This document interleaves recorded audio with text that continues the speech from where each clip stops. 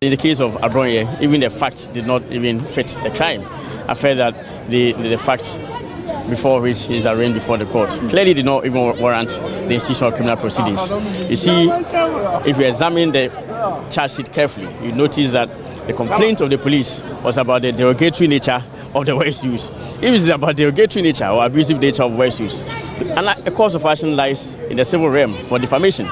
It ought not to be a basis for the institution of criminal proceedings. I think there's been a gross abuse of Section 207 and 208 by this government, and it's all because they just want to muzzle people and prevent a free expression of views and all. And that, for me, is very, very reprehensible, and all right-thinking members of society ought to really speak against it, and the government ought to put a stop to it.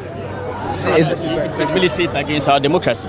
Is it your view that whatever is happening to the Bono Regional Chairman is because of him as a person, seeing that, he's been in and out of remand, or this is not the first time we're hearing of incidents like, do you think he's being singled out?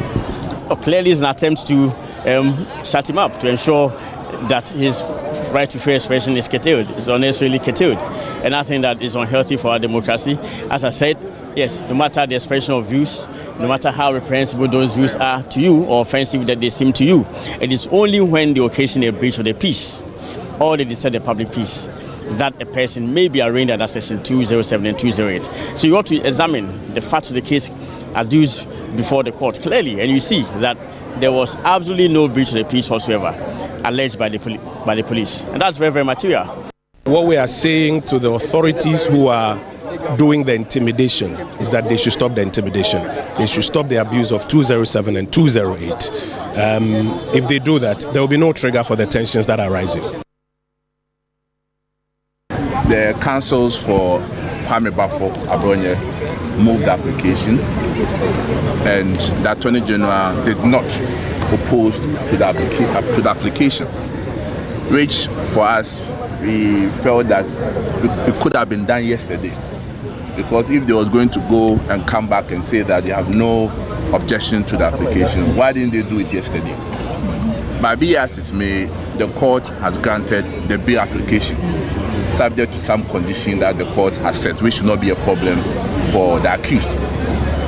So we are happy that this justice has been served, and we have been very consistent from day one that this is a case of misdemeanor, which a bill should not have been an issue at all at the circuit court. But as the trial judge at the circuit court did, which we had to come back to the high court.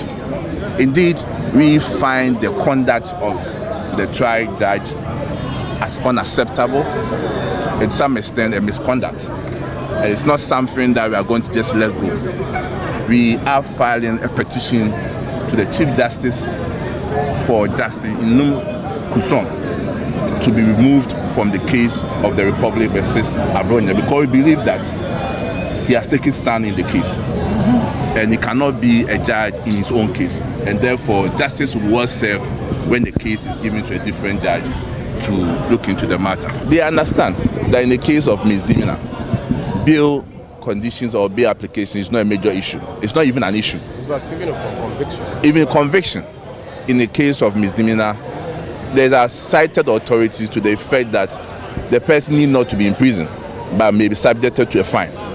So, if even in conviction, the person will be subjected to a fine, why did you remand the person? Why did you remand the person? But at least we are happy that justice has been served, and that's what we expect. Tomorrow, the New Patriotic Party will file a petition against the Circuit Court 9 for misconduct, the judge for Circuit Court 9 for misconduct.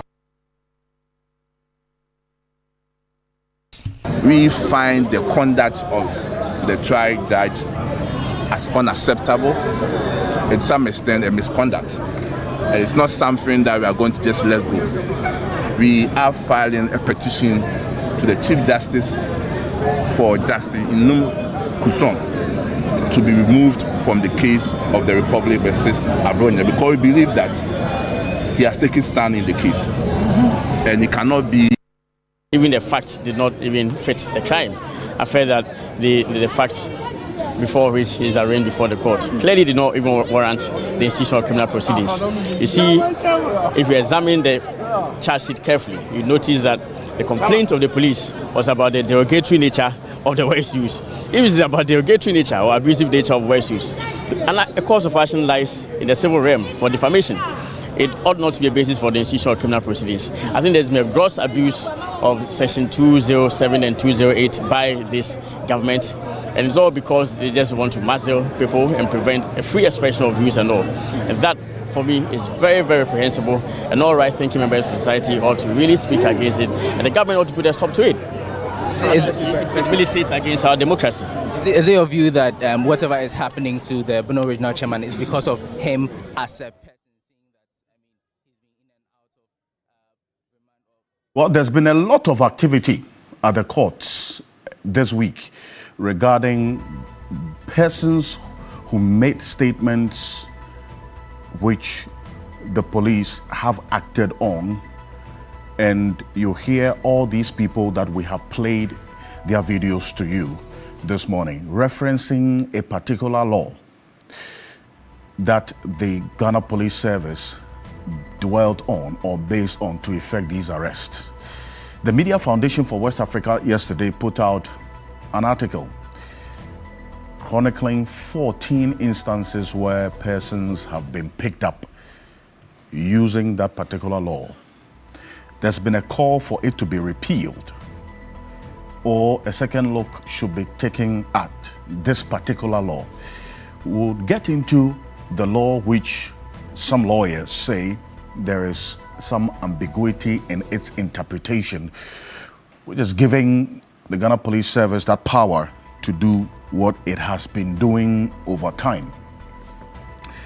But while we talk about the problem or the challenge with interpretation, how then do we also deal with some statements that go beyond the boundaries of what we would describe as freedom of speech or the right to free speech? So it's a double-edged conversation we're going to be having this morning here on The Key Point. So stay with us. We have a number of lawyers and political actors who will be joining us this morning, because all the people who have been arrested, well, majority of them are political actors and making statements that borders on the politics of things. So we'll have a conversation this morning here on The Key Point. This week as well, what we saw regarding the Court of Appeal, by a unanimous decision, restored the license of GN Savings and Loans Company Limited. That was after a three-member panel of the second highest court quashed the decision of the High Court, which upheld the revocation of the license on the grounds that the decision to revoke the license of GN Savings and Loans was unfair and unreasonable. So essentially, by this judgment, both the decision to revoke the license and the High Court decision to uphold same has been quashed. Well, there are a number of things that will play out in the coming days. The court has ordered the receiver to also hand over possession, management, and control of the assets and other activities to shareholders of the company. That's instructive. Now, some financial analysts are going to be joining me, asking the question whether GN Savings and Loans can hit the ground running. We visited some of the branches that were left to rot. Some of them have been taken over by Chinese. They are using them as a warehouse, keeping their goods. But what does this say about the broader financial sector cleanup that saw some financial institutions go down? The approach that was taken, how much it has cost us as taxpayers. The last time we checked, some 30 billion Ghana cedis is what this financial sector cleanup cost us. And the social cost of the number of people who lost their jobs and what has been done to ensure that the financial sector itself, the reasoning behind this particular issue, this act that was embarked on, whether achieved or not, sustained over the period. These are issues that we'll be talking about this morning. Also, on the poll tracker this morning, Musa Dankwa, Executive Director of the Global Info Analytics, is going to be joining us. There's been a lot of activity this morning, right from yesterday to this morning on social media. regarding certain comments that some persons who are suspected to be eyeing the NDC flag bearership have made, and that has got a number of you talking. Well, he's been doing some work. Musa Dankwa is with us in the studio, right in time for a conversation as this. Concerns have been raised about how some persons who are eyeing this flag bearership, perceived to be eyeing this flag bearership of the NDC, are undermining other persons also who are ministers. Well, we'll get into this conversation this morning here on The Key Point. Stay with us. We'll be back shortly after this quick break. My name is Alfred Okansi. Welcome to The Key Point. We're live on 3FM 92.7, also on TV3 Ghana on Facebook, and on DSTV channel 279 all across the world on 3news.com. We're on the Voice of London radio in the heart of the city of London, the Voice of London television as well. We are also live on Kesmi 107.1 in Tamale, W93.5 in Y, and a number of radio stations across the country. Stay with us. We'll be back shortly. My guest will join me. Have a good morning. Stay with us.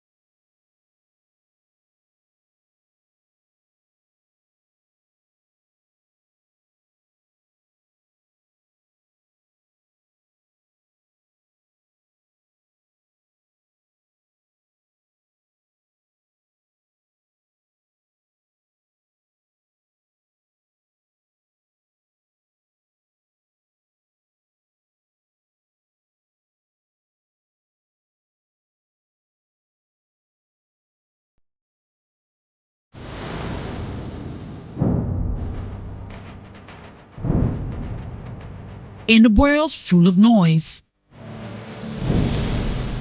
clarity matters. Stories shape us, ideas challenge us, and honest dialogue moves us forward. This is a space for depth, where voices are heard and perspectives matter. Conversations with Dr. Abnanya Kwasumini, coming soon on TV3. TV3.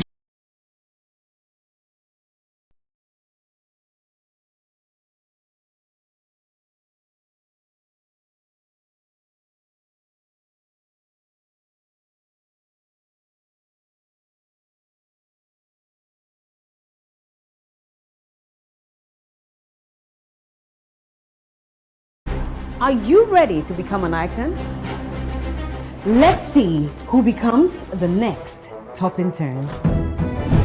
The Top Intern Season 3 premiering Sunday 24th May at 5:30 p.m. on TV3.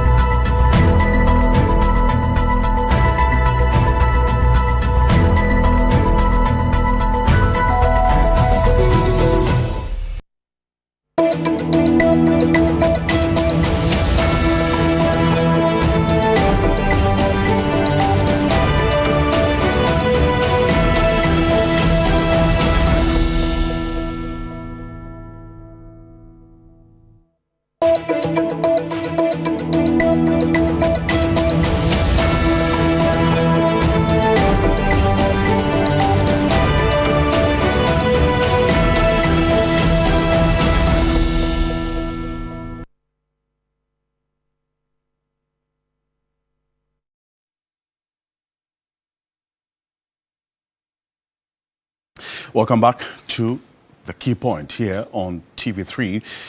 We're live on 3FM 92.7, also on TV3 Ghana on Facebook and on DSTV channel 279. We're all across the world on 3news.com. This segment, the poll tracker, is one that dwells on, it's a data-driven segment of the show, and one that also points to some work that has been done by pollsters and researchers, as a matter of fact, who go on the ground, interact with persons who are clothed with the mandate to either elect presidents, members of parliament, or flag bearers of political parties, testing their minds to understand exactly what is going through their minds, what's their thinking, and how that is going to influence the direction of their votes. Well, this morning, Musa Dankwa is the director of Global Info Analytics. Has been testing the pulse of some persons within the NDC regarding who leads the party next. Well, the party itself, and let's put it on record, there has been no opening of nominations. Nobody has officially come out to indicate that they want to contest for the flag bearership of the NDC, even though we can also say that there's been some actions and pockets of reports of certain persons who are nursing that ambition, and the actions and also the mannerisms of these persons and the activities of these persons over the period points to a particular direction. And in fact, from yesterday till the most part of this morning, a comment made by one of the persons being or suspected to be eyeing the flag bearership of the NDC has got a lot of people talking. Okay? We're not going to be dwelling so much on that. But it gives you a pointer of how the coming days will look like. And then also this thought of some persons who are also suspected to be eyeing this flag bearership of the NDC, who are ministers of government or in government, undermining other persons who are also ministers in government because of this idea of the flag bearership of the NDC. It's one that cannot be ignored. So we'll get into it. Musa Danko has already been doing some work. He's joining me in the studio. And as we do it, Musa Danko, it's good to have you. Good to be here again. Thank you so much for joining us. It's been a pleasure. while. Yes. It's been a while. I know you've been on the ground doing some stuff. But how's it been? Now it's been very great. Very busy since February on daily basis, and we have our ears on the ground, speaking to people who matters. So you have your ears on the ground. Yes. And you are speaking to the people who matter. Yes. Interesting. Who are the people who matter? Oh, you just mentioned them. Those close to the power to elect the leader. The leader of who? The NDC people. But they haven't. It's too early for them. They haven't opened their nomination. Nobody has come out to. That is fine. It doesn't mean that we shouldn't do our work. They can continue their governance, and we can be testing the pulse of the nation and of the delegate as well. It shouldn't distract them. It just be a guide, the barometer to see what they should be doing. And look, as we will show down the line, you have to be seen to be supporting the government to be elected. What do you mean by you have to be seen to be supporting the government to be elected? Well, that's what the people have said to us, the delegates. They've just, broad idea of what they'll be looking at for someone who may replace John Mahama and what they want to see in that person. And that is very, very clear. And if you look at that data, then you must know how to run your activities from now, either underground operations, data initially before the party opens nomination. So that work cannot be ignored. Let me welcome also Emmanuel Bombande. He is a former Deputy Foreign Affairs Minister of the Republic of Ghana under the NDC, the first John Mahama administration, and also a former senior United Nations mediator. He's joining us in the studio. Dr. Emmanuel Bombande, good morning. Thank you for joining us. Good morning. Good morning to my good brother Musa Dankwa. And to all your viewers, good morning. Thank you so much for making the time to join us. Yes. Also, be joining us this morning, Kofi Bento is joining us shortly. He's a private legal practitioner and the Vice President of Imani Africa. Also joining us shortly, Martin Pebu. He's making his way right now to join us in the studio. He is also a private legal practitioner and a member of the Operation Recover or Loot Oral Preparatory Team. He's also going to be joining us shortly. And Godwin Eduji Tamaklo is Chief Executive Officer of the National Petroleum Authority, NPA, also the Director of Legal for the NDC, private legal practitioner as well. He will be joining us. Dennis Miracles Abuaji is Director of Communications of the Dr. Mahmoud Bawumia campaign team. He's a member of the Communications Committee of the NPP as well. So he'll be joining us in the studio. And we have also with us Dr. Kwame Asasante. He's a political science lecturer, a senior lecturer at the University of Ghana Political Science Department. He will be joining us as well in the studio for this conversation and the others that we have outlined. Later on, when we get into the matters of GN Bank and the bigger conversation of the financial sector cleanup in its entirety, Joe Jackson, financial analyst, is going to be joining us as well. So it's a big conversation we're having on the issues outlined for the show this morning. As always, the key point is probably brought to you by GASEM, the nation builder, and also Bank of Africa. As strong as a group, as close as a partner. Mr. Dankwa, having laid the foundation, let's get into what you have in here. And before we get into the details of it, let me welcome Kofi Bento. I just indicated he was being made up to join us. He is Vice President of Imani Africa. He is private legal practitioner as well. He is a governance analyst. Mr. Bento, good morning. Thank you for joining us. Good morning. Thank you for having me. Wonderful. Your good friend is here. Yes, yes. Crunching a few numbers. This latest poll you put out, the sample size is what, 5,778? And this was for tracking baseline poll week 1. Explain this to me. How many weeks did you do Look, this? we did 2 polls in quick successions. One we call the top of mind recall of delegates. Right. Who would you vote for without being prompted? What names would you give to us? And they give us. Those are what we call the baseline top of mind recall.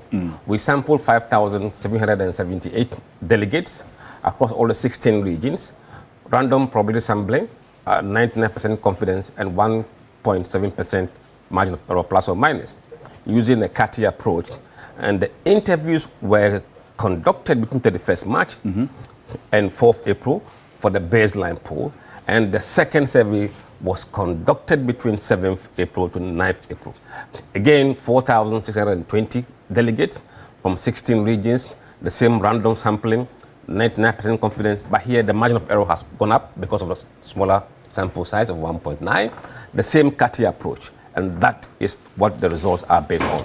I see. Now, explain what the baseline poll and tracking poll is. The baseline is the first poll we did to see where the delegates stood in terms of who they want to lead NDC and other matters. And then the tracking poll is calling back the same delegates again a week after to ask them, look, we are repeating this survey. Per the first survey, we had top 5. Now we're going to ask you to choose from this top 5. Who would you want to vote for? So the first one was done to see how many people would cross a certain threshold that would take forward the next survey to be able to give them as option. So the first one, we didn't give you any name, you give us names. And that gave us top 5 for the NDC. And then we went back with the top 5 and said, okay, if these were the options you have, who would you want to vote for? Right. I see. That gives us a fair understanding of the approach that you use. And you did all 16 regions. Yes. I see. I read an article by Mansa Musa, who's also on the Voice of London radio. They are watching us and listening to us on television right now.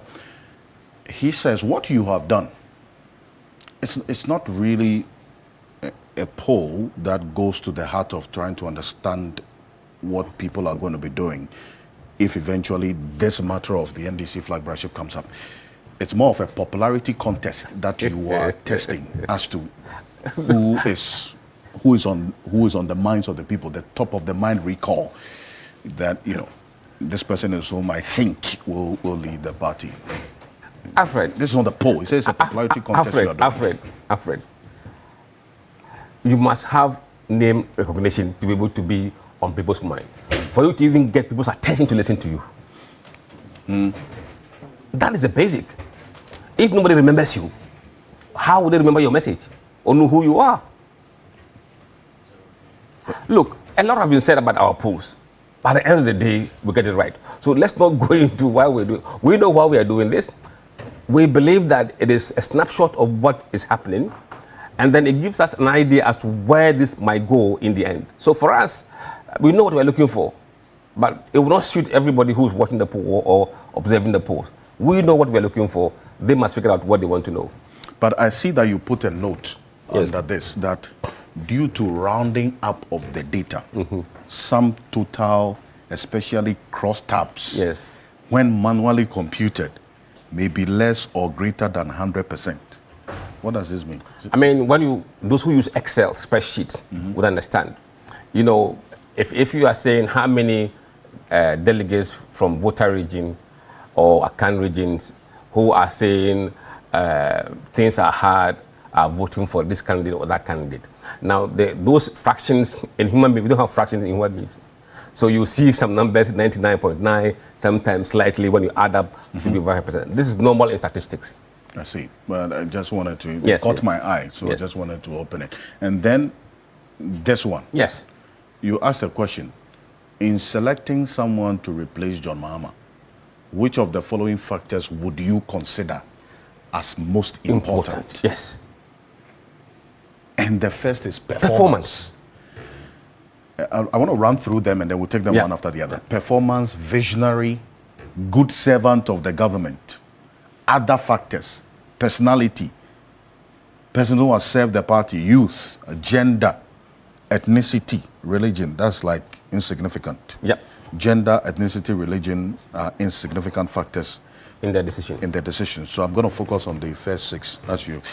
Performance. When you're talking about performance, look, for John Mahama and his party, they have to perform per the mandate given to them.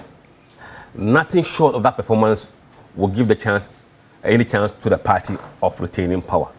So if you are a servant of the government and you are deemed to have performed your work diligently and excellently, they will prioritize that over other things. That is what they're telling us. I see. But how about if the person is not a minister? Or it's not because, I mean, for you to show performance, or actually they'll say show working. Show working. You should have been in a position, right? How about those who are not in positions? What performance would they do? They will be disadvantaged. That's the reality of today. That is the reality of today. So people are looking at what they are seeing.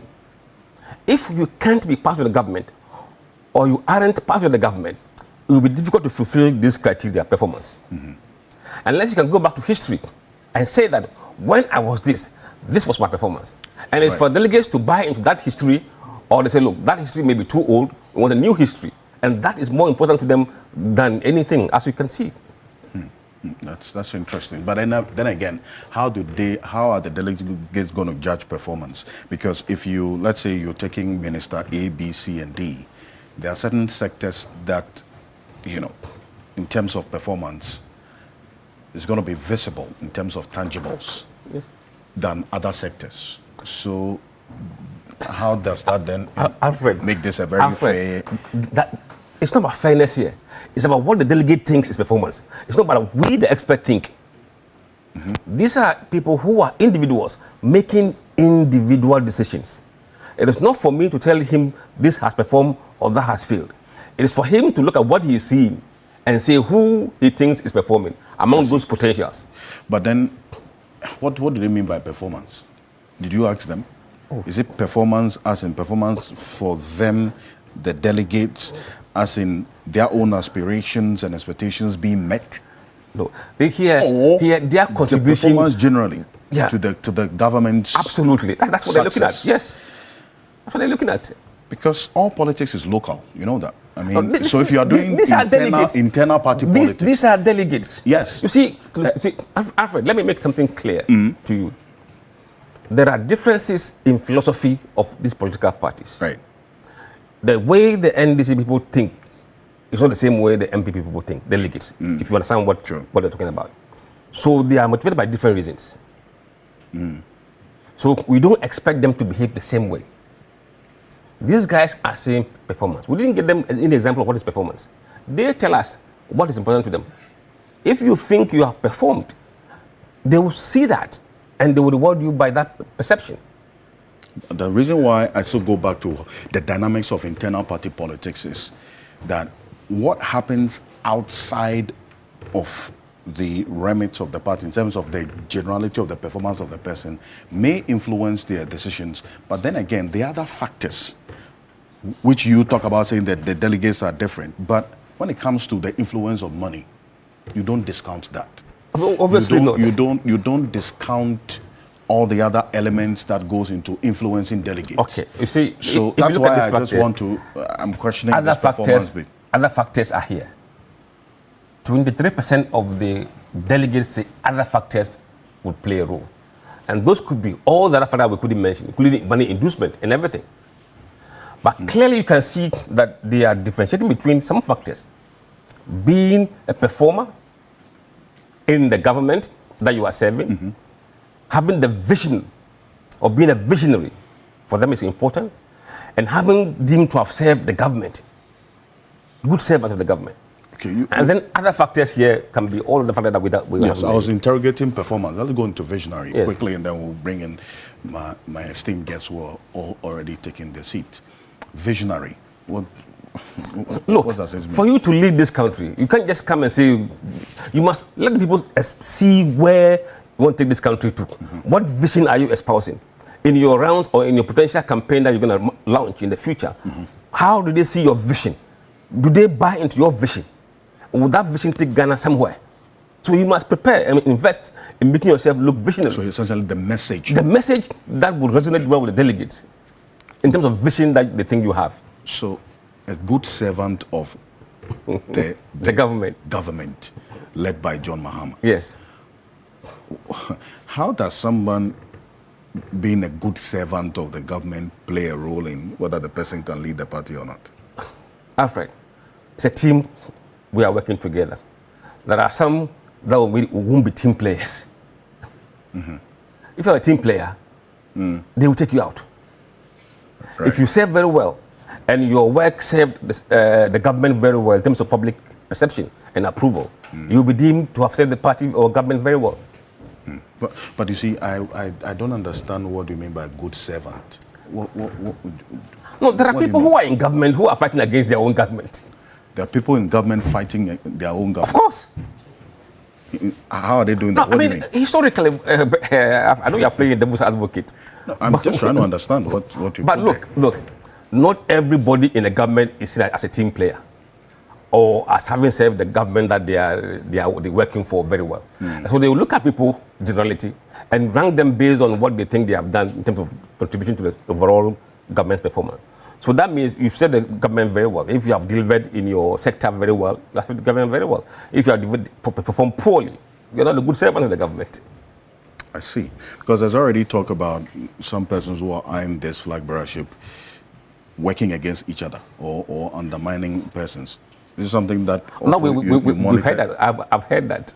I've heard that. I see. There are other factors you've talked about, but then let's talk about personality. Personality. 20%. Yes. The personality of the candidates.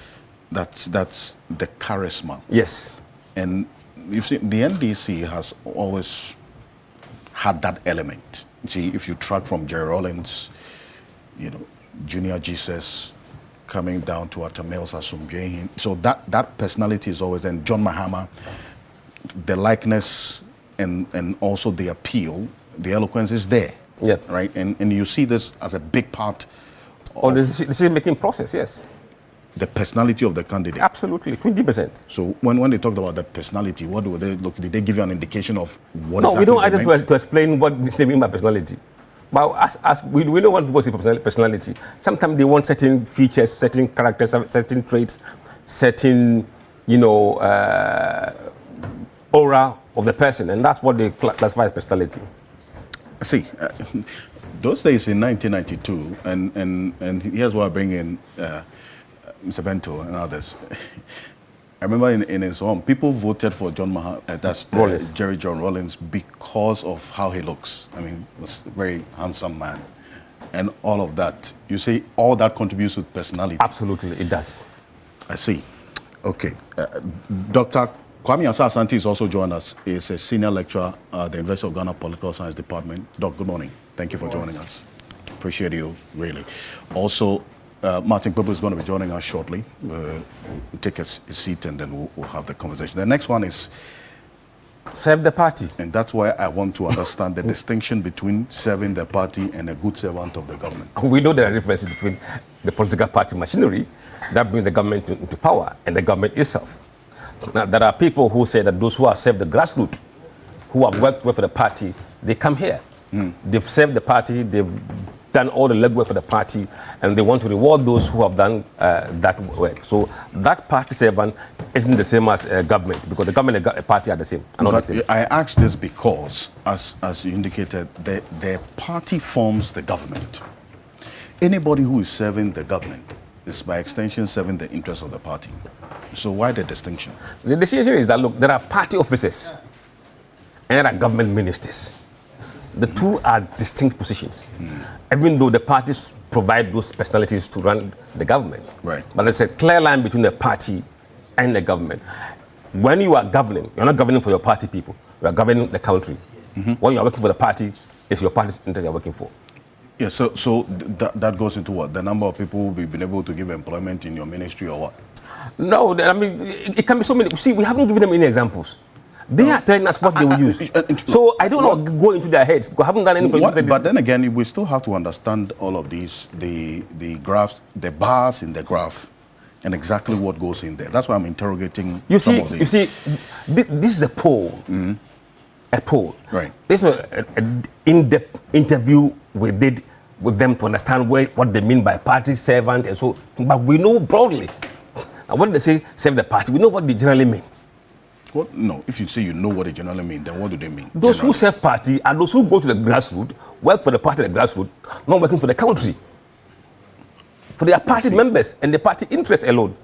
And those who work for the government are serving the people of Ghana, MPP, NDC, and everybody. So let me give you a typical example. Yes. Say a minister. Yes. Who is eyeing the flag bearership. Yes. He's essentially working for the government. Yes. And the government is formed by the party. Yes. How does that person, minister, also fall in this category as serving the party? Look, there are ministers who are out of touch with the grassroots, right? They focus on their ministerial position, and that is what they do. And there are some ministers who are not MPs. If you are MP, you can cut across. You do ministerial work and party work. But there are some ministers who are not members of the, who are not MPs, and they're not really connected to the party. So they will see those who are really connected to the party, they do ministerial job, and then they come also and do a party job, because the work requires them to be party person and an MP. So he interacts with both the base, which is the party, and then the government. And there are those who are only serving here and not here. Youth, age. Yes. You're looking for someone, 8% say they're looking for someone who is youthful. Youthful in actions or youthful in age. When I say youth, it's age. You can't say... No, there are people they've said it, age is just a number. They feel youthful in their old age. And when you have to do something, you realize that age matters. Really? Yes, age matters. Look, nearly 80% of the country today is below 44 years. 80%. I think that wouldn't matter. Martin Pebo is a private legal practitioner, a member of the oral preparatory team. Counsel, good morning. Thank you for joining us. Morning, Mr. Kansi. Perfect. Good. Good to be here. Of course, let's do the rituals. We would like to remember our valiant countrymen who stood up when Kofi Benton, Sekufu-Addo, and Bawumia were tormenting us. Yes, I thought you are a perpetual supporter of Bawumia. So it means that you supported Sekufu-Addo when he was tormenting us. So Togbe Apede, Domahine Osiadeyo Ajimabedu the second, Gamanche Kentucky Tekuchu the second, then Sofa Ekufu Yasantua.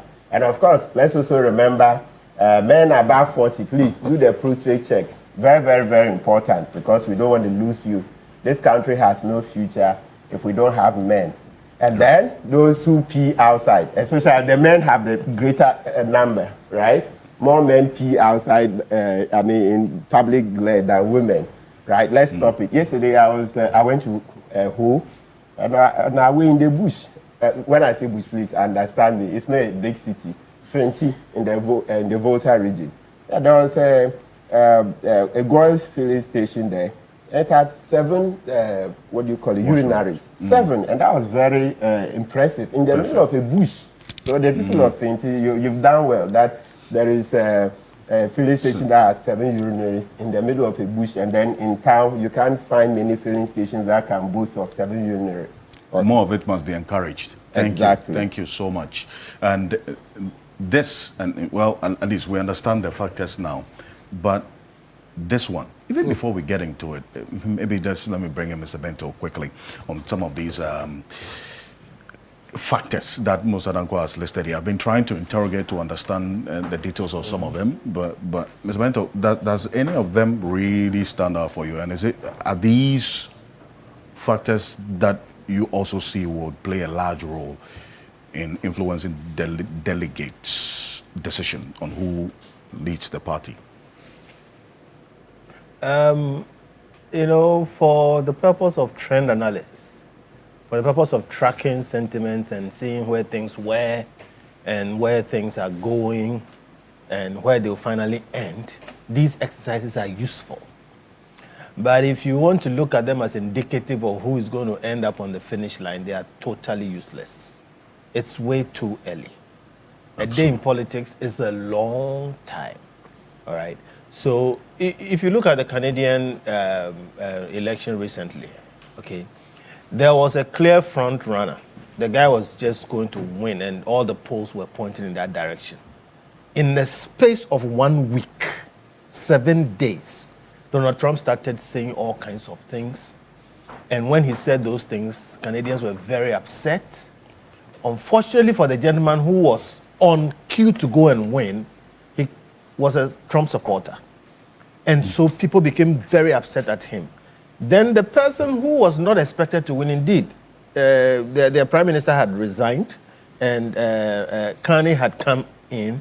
Carney was one of those people who you call aloof, elite, aloof, people who were, plutocrats, former governor of the Bank of England, and all those, somebody very high up there. Okay. But Carney said the right things, had the right CV, he could stand up to Trump, and he could really rise up to the times. In the space of rhetoric between US 1 week, and then that carried on, Carney won hands down. So I'm saying these things are good to know what is going on today. But by the time we get to that finish line, by the time we really, the rubber hits the road and people are going to cast their ballots, a lot of these things will change. Absolutely. So it's good to take this snapshot now, but I'm not going to lose any sleep over this, waiting for almost 2 years to come. Way too early. Oh, way too early for this to be indicative. Indicative. Yeah. Of what it is useful as a trend marker. Okay, useful to know what was happening around this time. And then when the final time comes and things change, we say, okay, this change, that change, this change, that change. Youth, for instance, is always very important. Okay. But again, when you get to the end of Donald Trump had the same situation concerning youth. True. Okay. And the oldest president in the world today is Donald Trump. But he won. Absolutely. Yeah. So that could also be an insignificant, at the end of the day, all of these things will taken change. into consideration when you are getting closer to the finishing line and all the dynamics are at play. We'll see what really is going to make the difference. Okay. I mean, today we are talking about press freedom. All right. Just 2 days ago, we had rain. Yesterday, people are sleeping in flooded, places. All right. Anything can happen and it will change the news cycle, and what is important to people will shift. All right. So yeah, I always say that, the work that Musa Dankwa does is useful, but we should be careful thinking that this is going to be anything indicative of who is going to be president next time. I have no doubt that by the time we get towards the end, people will come to discover more of what Dr. Bawumia is made up of. And people like Martin will be sorely disappointed. Time will tell. Thank you. Dr. Mano Bombade, on what we've done so far, before we get into the other matters and details. Thank you so much. Let me say this. The NDC has its own traditions of peer review, checking on the potentials of leadership based on the values and principles of the ideology of the NDC, which is social democracy. And that is what informs gradually. It is not necessarily 100% consensus building, but that is what informs eventually those who will emerge to compete. True. If we had reached that stage and you now track those trends, I will be able to make a comment. But we are not yet there, and the NDC does not want to be defined by these tracking polls that do not resonate with its own internal consultative mechanisms to arrive at leadership. And without going into the detail, for the people around this table, if you went back to when our late president, may he rest in peace, Professor Atta Mills, emerged, if info analysis was working at the time that Atta Mills emerged, the probability is that they would not even have considered Atta Mills as a potential president. Yes, or to flag lead the bearer. NDC. But those internal mechanisms arrived at a point in which Professor Mills emerged and became a candidate and a flag bearer of the NDC, to the extent that, yes, he did not win in 2000. And in 2004. He did not to win. 2000. He did not win in 2000. He did not win in 2004. Yes. But he won in 2008. True. Important point. So, Atta Mills' one statement at one rally changed everything. That's the point I'm making. Are you sure? Yeah. We're just tired of NDC. It was the time. Sword Road Declaration, No, please. we're just Who tired. doesn't know? Yeah. We're tired. Please. Otherwise, when Kufuor came Martin, in 8 years, history we is a went fact. back to NDC. Atta 8 Mills years, so- became president because of Sword Road Declaration. One No, statement. that's not it. Check with everybody. Yes, no, we're just Who doesn't tired know of this? But the point I want to make, Yes. the point I want to make is that the NDC will not be defined by. Of course, we're going to talk about free speech and the rest of it later on. And this, for me, is the democratic space we want in Ghana, that people can engage in these exercises. But let us not make the assumption that the personalities who have been identified and are being tracked are necessarily the ones who will become the obvious choice of the NDC. It is possible that there is somebody who has never been included in this tracking, and that person would emerge. It's possible there are people here who have been tracked for some time, and when it comes for the party to be able to make discernment and arrive at its candidates, they will not be included. So it's important that we look at all this. And the good thing is each of our political parties have their own traditions and their own internal dynamics. Sure. And my emphasis is that NDC has its internal consultative processes that are peer-reviewed, that are often the basis for which candidates emerge. If you look at President John Mahama, it was very clear at a point he never knew that people in the party were looking at him to play the role that he would play, that brought him to become a running mate, a vice president, and later on, the flag bearer of the party. And that is why the humility that undergirds the values of the party, the social democratic credentials of the party, weigh heavily in how the consultative internal processes happen.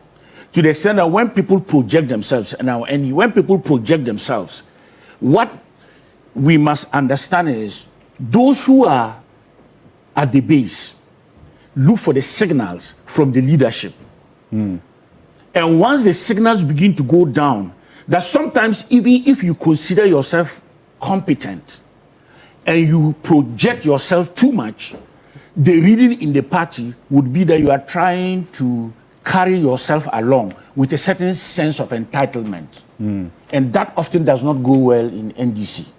NDC prefers candidates who, in their authenticity, carry with them the type of values that resonate with the party traditions and with where the party came from in terms of its tradition. And that, for me, is important. And we cannot, at this stage, have this conversation when the party, in its internal mechanisms and structures, has not existed these processes. So the consultative process you talk about is one of it, and then also the party's base itself being a major decider of what happens eventually going forward.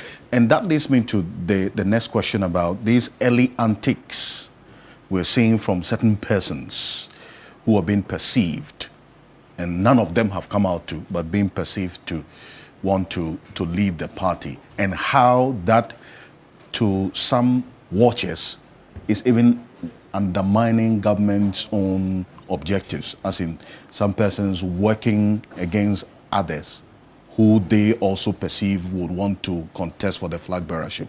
Ministers working against other ministers who also are perceived to have the thought of wanting to be the flag bearer of the party. All of this doesn't play any roles, is insignificant right now? Out there in the public, we cannot run away from the fact that the antiques, as you describe them, at the level of perception, are happening. But what you must keep in mind is this. When we see what is happening, I refer to my comments that I just ended. It goes against the currency of the values and principles of the NDC. So there are two things. So first, there is a responsibility on the names that are being mentioned to exhibit the type of leadership that has a clear preference for internal party unity, respect for the internal dynamics and traditions of consultation, so that they are not seen to feed into the perception of what is happening out there. And I will, without any hesitation, appeal to those candidates to take responsibility in how their behavior in the public does not feed into those perceptions. And second, to realize that in the NDC, tied to the traditions of the past, it is not the individual who emerges in a victory lap about how you campaigned and you beat everybody and you became a flag bearer. No. The NDC believes in the collegiality that emphasizes that the party is only a vehicle to produce the type of leadership that serves the collective interest of the Republic of Ghana. And it doesn't matter how popular you might be or how you perceive yourself to be in line to be a leader of the party, when the signals go down to the base that your political efforts are self-centered, your popularity would immediately disappear and diminish, because the party wants people to be carried along. And once we're having this conversation, let me add, the NDC is going to win the elections in 2028, not just only on the premise of who is elected as a flag bearer, but the process that will lead to that election. So that when we have the process in itself not well thought through, then you could be elected as a flag bearer and you are going to have challenges. And that's why process here is important to arrive at a candidate that is rallying the unity and bringing everybody as a party to be able to contest. That's point number one. And point number two, I'm sure everybody here would agree that anybody who is eventually elected as a flag bearer of the NDC would only win the election when you ensure the legacy of President John Dramani Mahama is carried forward. How do we ensure that legacy of President John Dramani Mahama? He has not done, he has not even reached midterm of his mandate. Mm-hmm. So the delivery of the reset agenda and the legacy that he will leave is what you have to ride on to win. Now, if you are not supporting that process for that legacy, for that reset agenda to be successful, how then do you win the election? And that is why we must take into account these types of dynamics. My good friend, Kofi Benton. Yes. You see, their party is just struggling to recover from a perception that the process was deliberately skewed and weighted to favor one candidate. And there are others in the party who feel that if the playing field was genuine and fair, they too would have won. And because of that, they are struggling with what you see in terms of the proliferation of groups that do not believe that the process was fair, and for that matter, they have a lot to do to recover from that. The NDC is not going to do that. I believe that at the end of the day, that internal conversation would emerge for the unity of the party to be strong, for people to be aware of the legacy of President John Mahama that they will have to carry into the elections, and for the process in itself to be so fair that when we arrive at a flag bearer, nobody will complain that the process was skewed against them. And this, in my view, is very important. Process mechanism. Yes. And then also the base. And Godwin Ediji Tamaklo, CEO of National Petroleum Authority, the Director of Legal Affairs of the NDC, is joining us. Good morning to you, Mr. Tamaklo. Good morning, and good morning to our cherished viewers. They are most religious to this program. I'm sure Saturdays when I'm not in town, I feel unease because I really want to listen to seniors who are always on this platform. Martin Kwebu, my senior Kofi Bento, and all the great men. Today, I consider it a great privilege to share the same platform with a man I have great admiration and respect for, the respected Emmanuel Bombardier. I remember many years ago when you wake up on the city or whatever, West African Network for Peace Building, WANEP. And then you always hear Emmanuel Bombardier. Today, I consider a great privilege to share the same platform. I've noticed that my brother Miracle is also here. And Prof, thank you so much. So that will be my preliminary comment. Thank you very much. As for my neighbor Musa Dankwa, I don't know why he wants to make NDC the topic now. And I've always, anytime I meet him by the junction, I ask him that he should focus on MPP internal issues and leave us to govern, you know. And today I've seen that he has an interesting topic related to who leads the NDC. I think from 1992, One minute. Let me acknowledge the presence of Dennis Miracles Abuaje. He's Director of Communications for the Dr. Lumumba Omia campaign team. He's a member of the Communications Committee of the MPP. Miracles, good morning. Welcome. Good morning, Alfred. Thank you for having me. Perfect.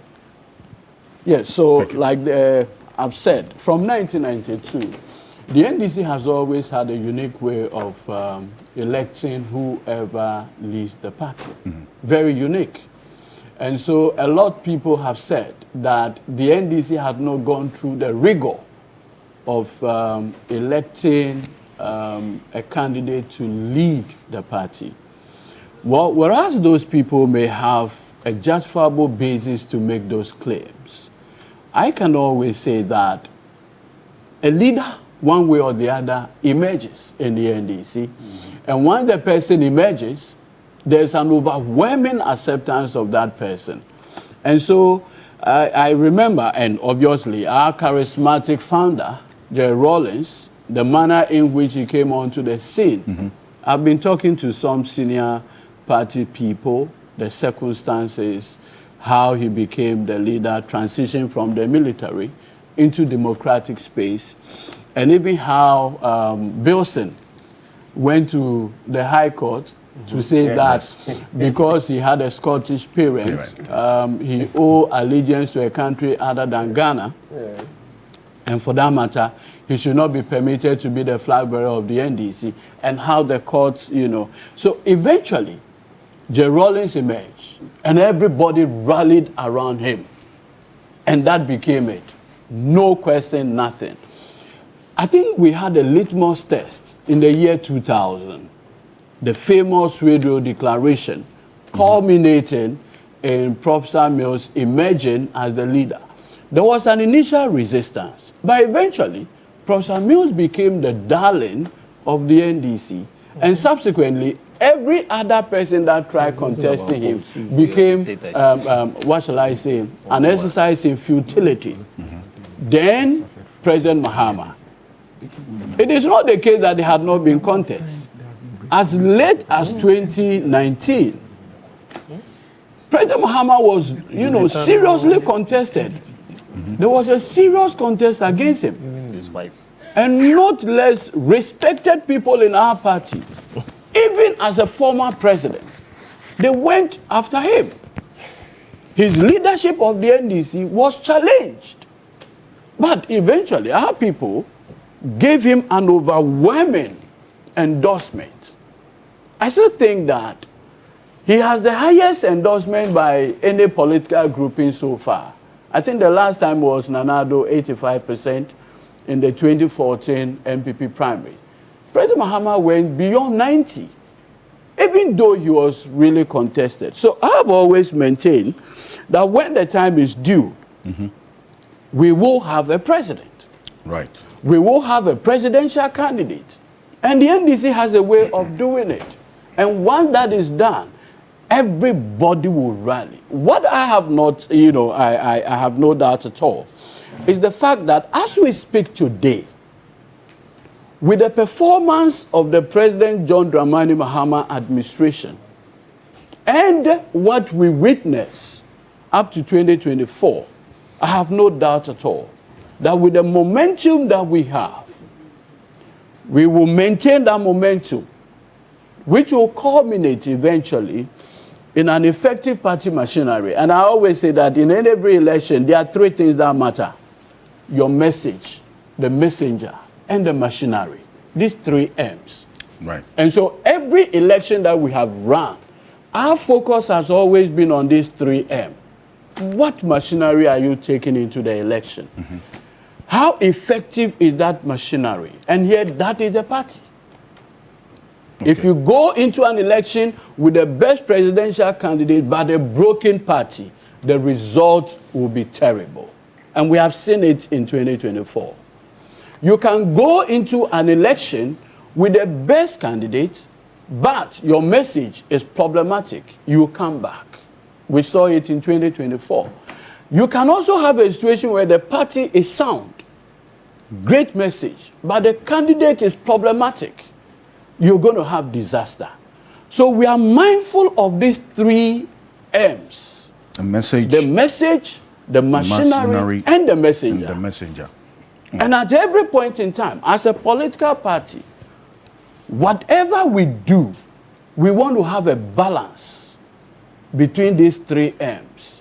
A great messenger, a great machine, and a great message. Okay. And we are saying that in terms of messaging, the record, regrettably, the dubious distinction of the MPP government that we just saw is still fresh in the minds of people.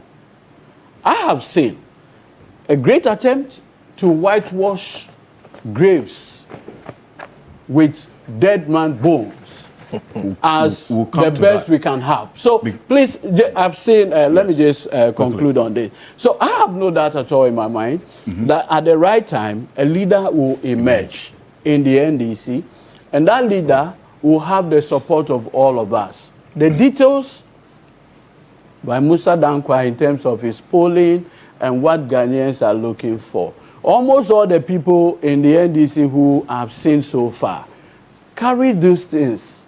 Good servants, visionary people. And so whoever the NDC will bring, I have no doubt that he will beat Dr. Bao. And the three M's you talked about goes back to the point that Dr. Bomande was making about the mechanism that produces leadership within the party. And usually like we call it process integrity. Absolutely. You do not want to have a situation where Alan Tremantin will get out because it's not. He will do some analysis from the scientific perspective. And Miracle, your good friend, Musa Dankwa. One man declares and then everybody goes. I think that all energy is doing is explaining. The guy is just explaining. You see the way he's explaining. I think you go explain Taya. There's a difference between what you are saying on TV3 and what is happening in Tamale Central on the ground. All these explanations you are giving, you wish. It's their wishes. All of us, it happens to us. It's just a political party dynamics. It happens to all of us. Our wish is that there will not be any other guy. That's our wish. But we are not in Tamale Central. You understand? So all these things you are saying and explain, it is you trying to explain. Honorable Bombadi, it is you trying to explain. But if wishes were horses, MPP will not be here in opposition. We'll be in power. If wishes were horses, MPP will not be in opposition. We'll be in power. And let me quickly, make this point. You see, the NDC seems to live in a certain bubble and try to run away from their own history. No political party has been fractured in this country than the NDC. That is fact. To the extent that even the founder's own wife who is a co-founder of your party, at a point had a cause to break away and form her own party. So when you are discussing this political party dynamics and you try to run away from your history and focus on MPP, you are deceiving yourself. MPP and NDC, if we have to take from 1992 till date, MPP has been more formidable, solidly together than the NDC. Which party did Gusitano's party come from? Do you remember what happened in Koforidua in 2005? When Francis Esiam and Co were whisked away from a party national delegates conference, when they came out to form DFP. So whenever the issue comes, I say Alan Chamantin, let's use the Alan Chamantin measure. You have suffered more of that than us. You didn't die. So when I hear you say that MPP, they are suffering, they are dead, you are a joke. You are joking. It is just political party dynamism. All parties will go through it. You'd have to rebuild and come back. And we have rebuilt come back before. No, we have rebuilt and come back before. And we are going through the phase again. It is your turn. Don't run away from it. Be a man. Stand up and face it. Don't try to speak. Yesterday, on social media, the videos are there. These are not people in meetings. We saw the missiles. Tamale Central 3-1, Asawasi 3-1, and then we saw another one from the Tamale South. Is this South or Central? Tamale. That's the first one came from the Bono area to Tamale, inside Tamale. Then the Tamale people responded right there and then. They didn't waste time. Then Asawasi, the other guy, in front of the also president, responded right there and then. And we know what is going on. We know. So this thing that you want to whitewash and cover up, it will not work. You also go through it. Allow everybody to go through it. Everybody knows my relationship and my debate and banter with Musa Dankwa. He's here. He's your good friend. Yes, he's here. When he was publishing every day, and I was raising it, you LBG, you come and say miracles. Why are you doing this? Why are you doing that? Today you are telling him to focus on MPP. Today you are telling him to focus on MPP. Him. I am saying that I am not NDC. Right. But I am worried for the other guy. What do you mean? I'm concerned about the other guy. And I think that instead of NDG sitting here and trying to explain Taya, he should call the other guy this morning and tell him that the interview is scheduled on Pan-African TV. You should make sure that he doesn't also throw a missile to Bono. That is what is important. But you can't wish these things away. Allow your party to go through the phase. But in conclusion, no political party in Ghana, none, since 1992 to date, has suffered fractures, disintegration than the NDC. So if we are going to talk about a party that is dead, if the NDC did not die, then MPP surely would not die. For now, they should forget about us. We have accepted our fate. And we are going through our healing process. We have been working on it quietly. Amidst all of these issues. You have been denying yourself, you have been running away from your reality, and it is now coming to bite you. You are hoping that you will go through what happened in the Fonka Games. You remember Fonka Games? When John Mahama, His Excellency, had an absolute control, and then the perennial aspirant, Mr. Former Trade Minister. That's Spio Gabra was just in the shadows and all of that. That's what you wish for. But you won't get it. You won't get it because since 2012, the de facto leader of the party has been the President John Dramani Mahama. Your true test of who you are as a political party post Soweto Declaration is this election. That is your true test. Because Soweto Declaration was an authoritarian imposition of Atamils, who then became a de facto leader of the party. And obviously, when you are an incumbent vice president or a president, you have some leverage on the party. Then beyond that, out of whatever it is, John Mahama, His Excellency, became a vice president. Then, unfortunately, at Atamils pass, he had no competition. He became an automatic leader of the party.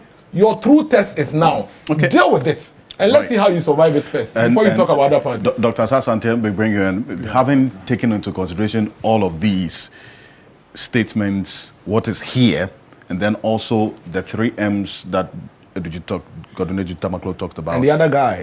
And What's his name? And then also the chairman mentioned the chairman is the one that mentioned the other guy. Mentioned. No, you wanted to make a point briefly. Has learned a lot from what he has described as fractures to be solid and to emerge at the end, hopefully. So it's not about running away from his description, but it's the internal capacity to always reinvent, and nobody can beat NDC on that. You see, just a quick rebuttal. You see, when I listen to my brother Miracle, there's something that came out of it, and for me, it's quite humbling for the NDC. That if we have had all these people come out of our party by way of defection, but we can still, collate around a candidate, okay? Come together to prosecute an effective campaign to get one of the biggest electoral victories since 1992. What it tells you is that, one, we have learned from our mistake. Now listen carefully. You have never had that benefit. So the first time a major candidate of your party went out in the person of Alan, your candidate today as we speak, there are 4 regions of this country that he never even won 1 seat. That should be the lesson. Okay. And so please, I don't have a problem if you want to reference her. In fact, we can go to the time Don Diego de Azambuja came here. The dynamics play out differently in both parties, you say. It's different. Yes. Run away from what? Hold on. I've nothing to run away from.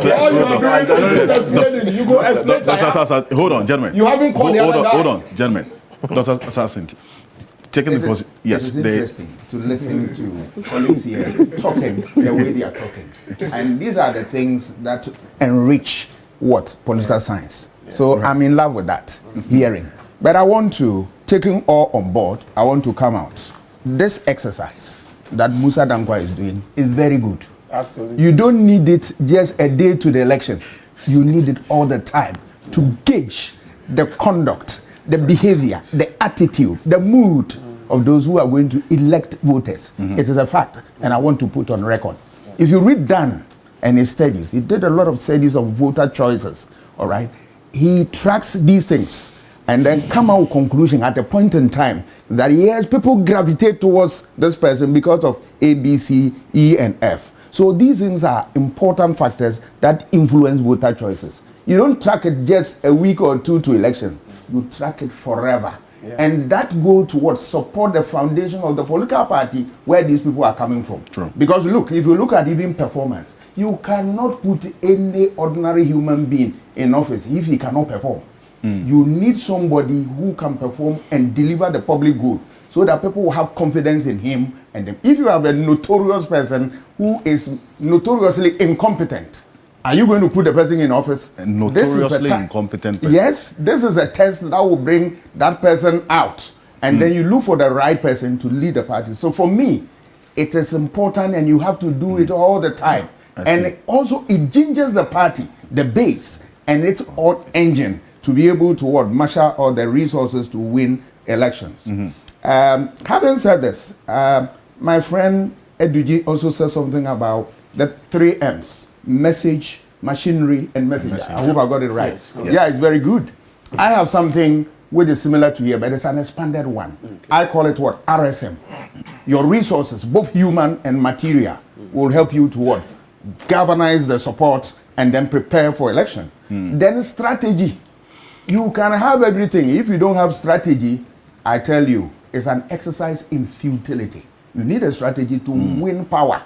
All right? Then 1M is what? Your manifesto. Because once you are doing that national exercise, a manifesto, a policy design that you have in mind to tell people what is under your sleeve, that when given mandate, you'll be able to execute and make life better for everybody. Then the last one is a message.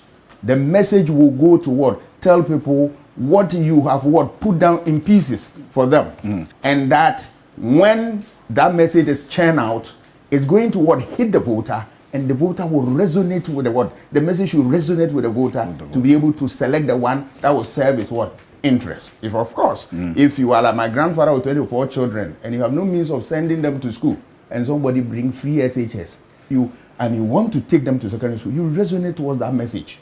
If you are going to have a free university education, at least the first year, and that message comes to you, and you have children who have the potential of entering into the university, you resonate towards that message. You gravitate towards that. So all these things, but let us remember that it's not only one factor that influences voter choices. True. It's a whole lot. Yeah. It's a mix of what factors. So, and it depends on what the exercise you are doing. If you are doing internal party politics, it's sometimes a little different from what the national. All right. So all these things will help the party. They are what the raw materials for party look at, and also what begin to what work towards. And it's also what has the potential of letting people to perform and perform well, because they want the voters to be able to know that, look, they are in good stead, and for which reason they should vote for them. So it's a very, very, very important exercise, which I love it, and I want to see it all the time. Performance is critical. You need a leader who is what? Visionary. The vision should go beyond your party. All right. There are people whose vision is just in the party and all that. But look, when they elect you as an NDC leader, your vision should go beyond the NDC and move into other realms to satisfy everybody. So it's critical. Good servants of government and all that, I don't understand that. But all that I'm saying, that all these factors are critical. The youth, what do you have for them? We need somebody. Let us listen to what the voters, what is it that they have? The understanding of who should lead the party. Is it a person who, the person should be an old person or a young, or what? These things are what a function of how to win political what office. And for me, it's critical. Issue of what? Corruption. You want to see the personality. Is the person corrupt? Because if you look at Ghana, one of the things that influence voter choices at the national level, the third one is what? The issue of corruption. All right? So, because if you look at Transparency International, their local branch, GIA, Ghana Integrity Initiative, is that every year we lose over $3 billion to corruption. Sure. Look, so fix corruption and don't go to IMF and get $3 billion, because you can do that when you fix corruption. Right. So you want a leader who is clean and be able to what? Compete. See, Dr. Bomade made the point about the early indicatives or the actions of some persons who are perceived to be eyeing the flag bearers. And that's what Mark Sabwati referenced. Exactly. Statements that were made yesterday, reactions that are playing out throughout dawn till this morning as we speak. There are salvos still being fired by some persons against others as well. But the early indicators you talked about is one that you say that could prove destructive, right? That now there's this suspicion about some persons, and it's actually playing out in reality, that some persons who are eyeing the flag bearership are also working in a way undermining others who are ministers and so on. Or some persons have gone to complain about not having support or funding to execute their mandate, and so you hear this in the I was party. coming to that point. Yes. So, see, okay, just 1 second. If you look at political parties, they are not in there to what? Get the numbers. One of their duties is to regulate the conduct of members of the party. Are you with me? So if there are people who are not working, because remember, you cannot win any election if you don't have records. And the record is a function of the work you do whilst in office. All right? So you want to what? The party to regulate the conduct of those people. And remember that what is important is to be able to work, that you leave your footprints. Then people will see and say they want to renew your mandate or throw you out. So that can be addressed if the party is actually a mass party and it has the whip and it can crack the whip without fear or favor. That is what is important. So if the party is positioned very well and is able to do the needful, all these things will be a thing of the past, and they will perform to glorify the party so as to make it attractive for people to select the party. Briefly, in less than a minute, I want to say that the emphasis as we started this conversation is not the overall electoral cycle. Absolutely. We are looking at only the early indicators. Early indicators. And the argument we are presenting. And by the way, the internal disciplines in NDC makes me to defer to my brother, who refers to me as a senior brother. But because he's an executive, anything that I say, I defer to him. So even amongst us, we know ourselves. And that is why I want to end in this, on this quotation, of my good friend and brother, Dr. Kalistus Mahama. The issue is simple. Wait a minute. Sorry, yes. I'm going to pull that for you. No, now I have it. Yes. He says, the question before us, and I'm quoting, the question before us is not who leads in 2028. The question is whether by 2028 we would have delivered enough, done enough, studied enough to justify the trust that was placed in the administration in 2025. And that should guide, thank you so much. That should guide this conversation. And that is where we talk about the early indicators, so that the discipline begins with the personal responsibility to be aware of this, great quotation, and deliver for the legacy and the delivery of the current administration to be the vehicle that will carry the party to the other victory in 2028. It's important you reference what Dr. Kalistus Mahama put out there. Yes. To associate with what my senior Bombade had pointed out. You see, when the secretary to the president, the respected Dr. Kalistus Mahama, posted this particular write-up, I took it from a more religious point, from a point of discipline, and to make the point that, listen, there's always hold on the point for me. I've been joined on the telephone by Kwesi Pratt Jr. He's a veteran age journalist, and he's joining us just for a brief conversation on the issue that we've been talking about. And Mr. Pratt, good morning. Thank you for joining us. Yes, sir. Good morning. Perfect. And I take the point that Dr. Emmanuel Bombande made to put this question to you, referencing something that Dr. Kalistus Mahama put out regarding the early indicators of the ambitions of who wants to be flag bearer in the NDC and how that can hurt the party and the government for that matter. It says there's a quiet danger that sometimes creeps into political life, not with noise, but with whispers. It begins subtly like a conversation here, a suggestion there. He ends that the critical question is, by 2028, they will, as a party, question will be asked whether they've delivered enough, done enough, studied enough to justify the trust that was placed in this administration in 2025. How do you see this early activities and the cuts that we see? We understand some persons who are complaining that they are being undermined by others who are also having this ambition. How do you see this actually playing out and hurting government as we see right now? Well, as a matter of fact, what is happening is reckless in the extreme. And indeed, it's a pointer to the fact that there isn't sufficient focus on the reset agenda. Only about 17 months ago, the people of Ghana voted for the National Democratic Congress under the leadership of President John Dramani Mahama, based on a manifesto, based on promises. One would have thought that all those who have been appointed into government would focus attention on achieving the objectives that they set, on realizing the promises which were made to us. Unfortunately, many people in key positions do not appear to be focusing on this agenda and are focusing on their personal, individual, egoistic ambitions. That's a danger sign. It's a danger signal.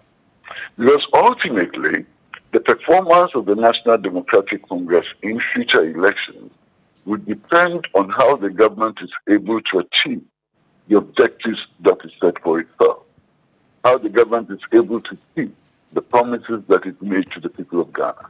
That should be the focus. And indeed, those who have been appointed by President John Dramani Mahama to be in his government have been appointed precisely to do that.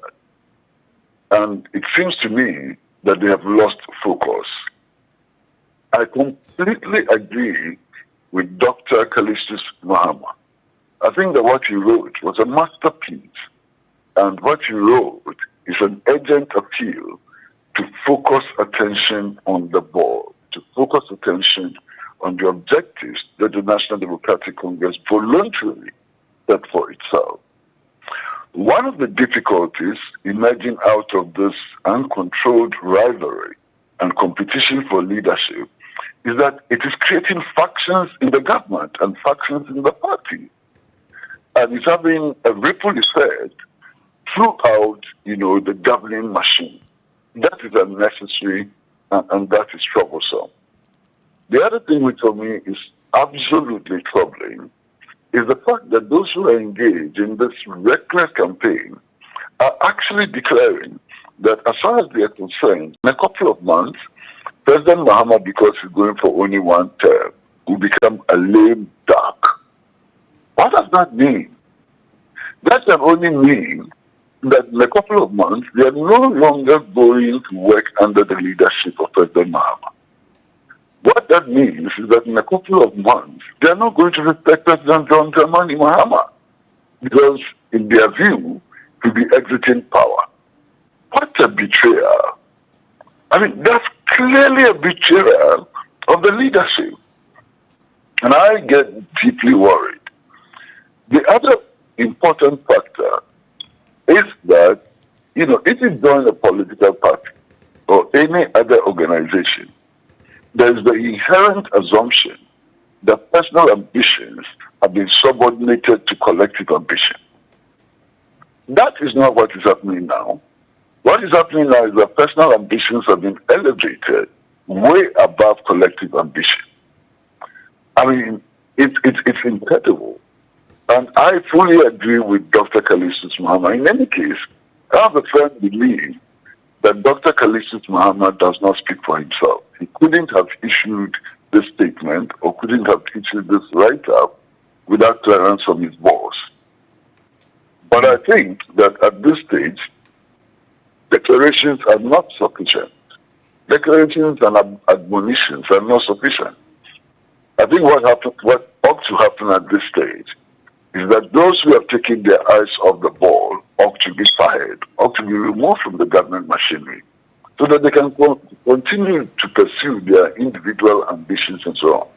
And in this country, we have precedents.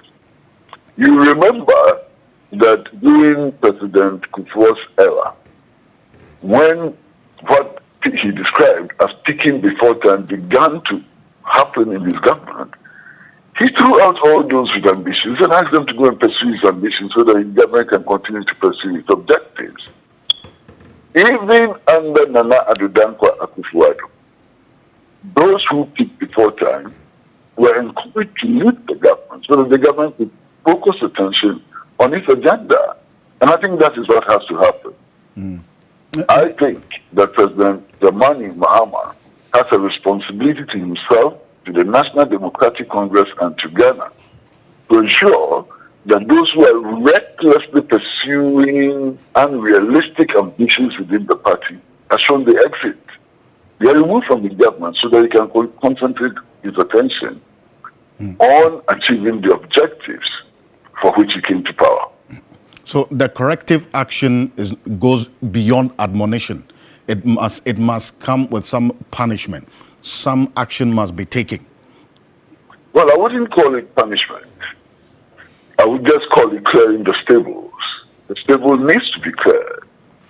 Those who cannot focus on the research agenda, those who cannot focus on the realization of the promises which were made by the National Democratic Congress and the President, ought to give way to those who have full commitment to pushing that agenda. What will be the cost of doing nothing? Pardon? What would be the cost of doing nothing or not taking any action about what is happening? Well, if action is not taken, this rivalry will continue to fester. It will fester, and it will have a ripple effect throughout government and the party machinery. you know as well as I do that already the rivalry is having a very devastating impact on government business. I've heard sectors, departments, ministries, and so on, we claim, for example, that they are not getting the adequate financial support and so on to carry on their responsibilities. Because some persons who are in charge of the machinery to deliver resources and so on are discriminating against them on the assumption that they may not support their candidature. I mean, this is serious. Even that perception alone is sufficient to cripple the government machinery. And then also you need to look at the questions of hierarchy. You understand? Right? If you look at the government structure, the most senior functionary of government, beyond the president and the vice president, is the chief of staff. How does the chief of staff maintain a relationship in which he's supposed to manage ministers, to discipline ministers, to ensure the efficient running of government, if he's in competition with the very ministers who are working under him? A disaster, complete disaster. You understand? How does the Ministry of Finance perform its duties diligently when other ministers whose effective function is dependent on the release of funds of the ministry are in competition with the Minister of Finance? This is absurd. This is ridiculous. This is frightening. This is shocking. Mr. Pratt, appreciate you. Thank you so much for taking time to join us this morning with your thoughts. Thank you, sir. Thank you very much, sir. Thank you. Great. And I know that he also has a program to prepare for this morning, but he's actually quickly joined us to make this input to also contribute to the bigger conversation we're having this morning. Kwesi Pratt Jr. is a veteran journalist and editor-in-chief of the Inside newspaper. He's a host of a program on a Saturday morning as well, by the way. But you wanted to quickly, before we round this up, we're moving on to the next issue. I was on the issue of Dr. Callistus Mahama, and I think he summed everything that we need to do. It's a simple question of keep your house in order.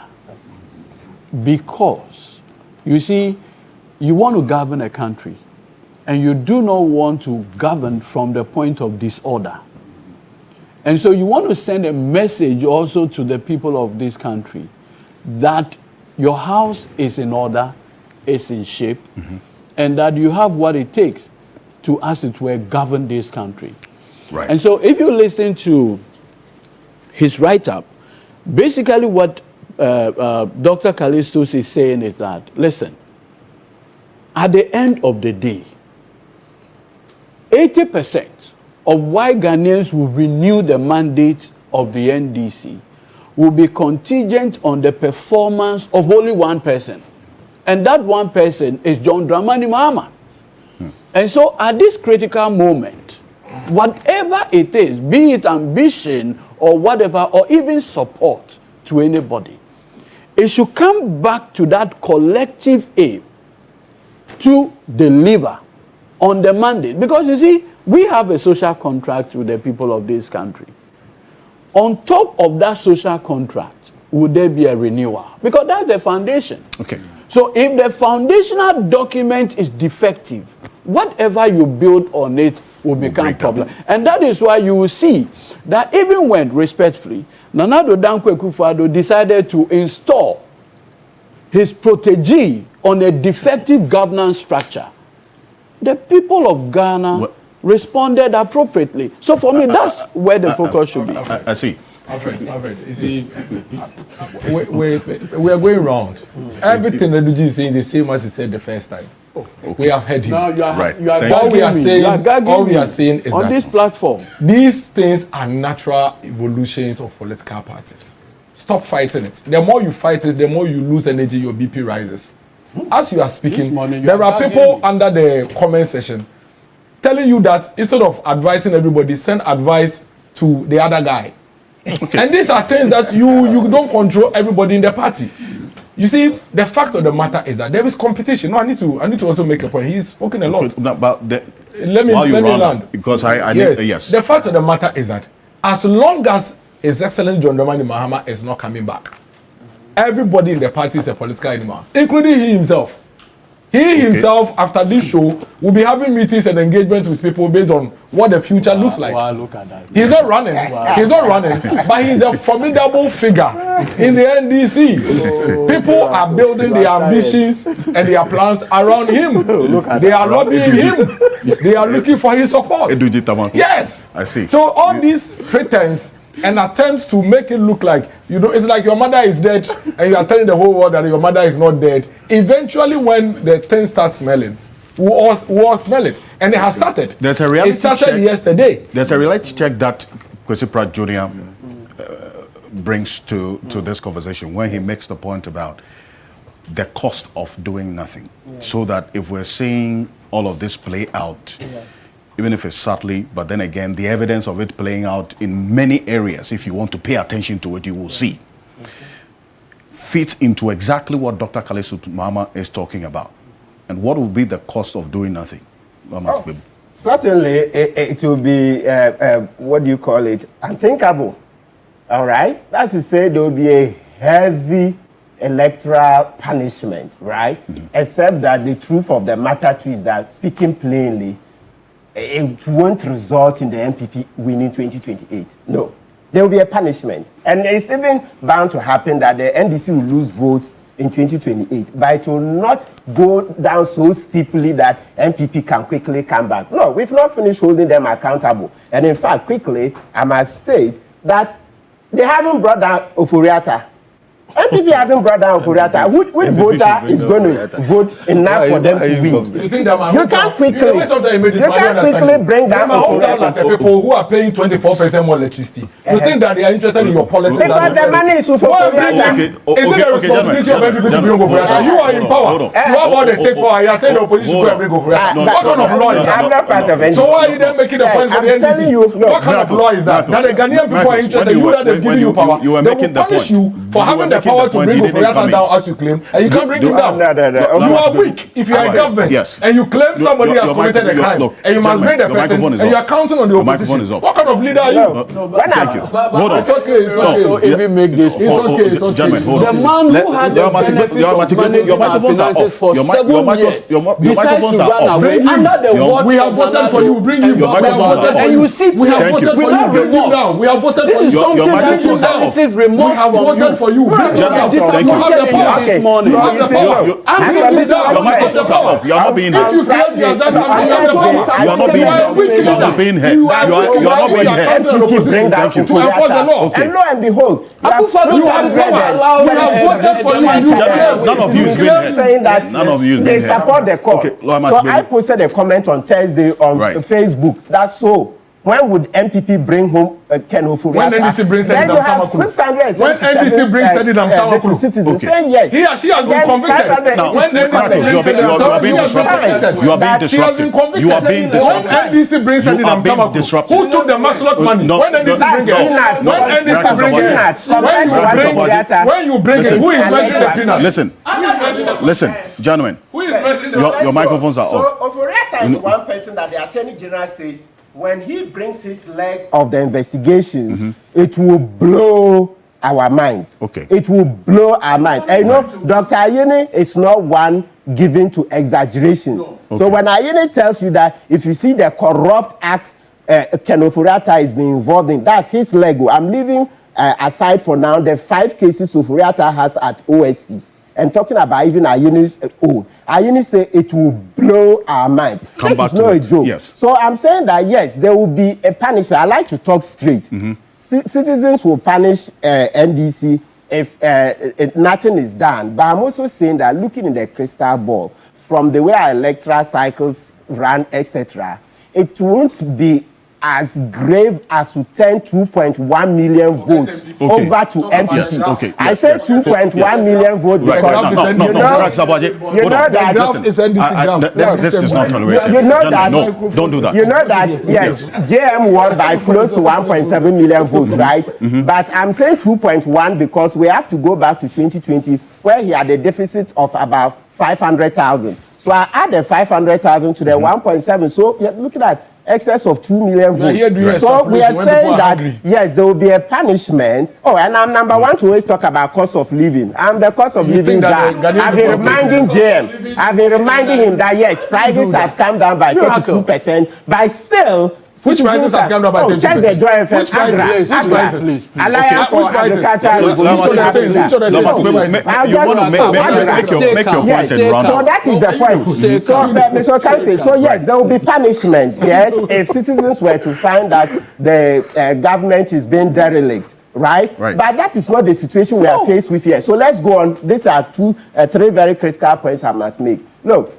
The next point is that when this matter came on, I decided to research, all right, how the thing is playing out. And I found out that the Deputy Minister, Ampim, right, what's his name? Is it George? But his surname is Ampim, right? Deputy Minister of Finance, went on Asempa FM to justify that, listen, so the context is that Harun Edrusu had said at a point that they should go and ask Finance Minister to force him. Then Ampim is giving an interview on Asempa. For what? About the nurses and teachers who were recruited, the numbers. So my understanding is that he says about 50,000 will be recruited and that they are not seeing enough. So Ampim, who is Deputy Minister for Finance, went on a program, Asempa FM, with Obi, the lawyer, Obonsu, okay?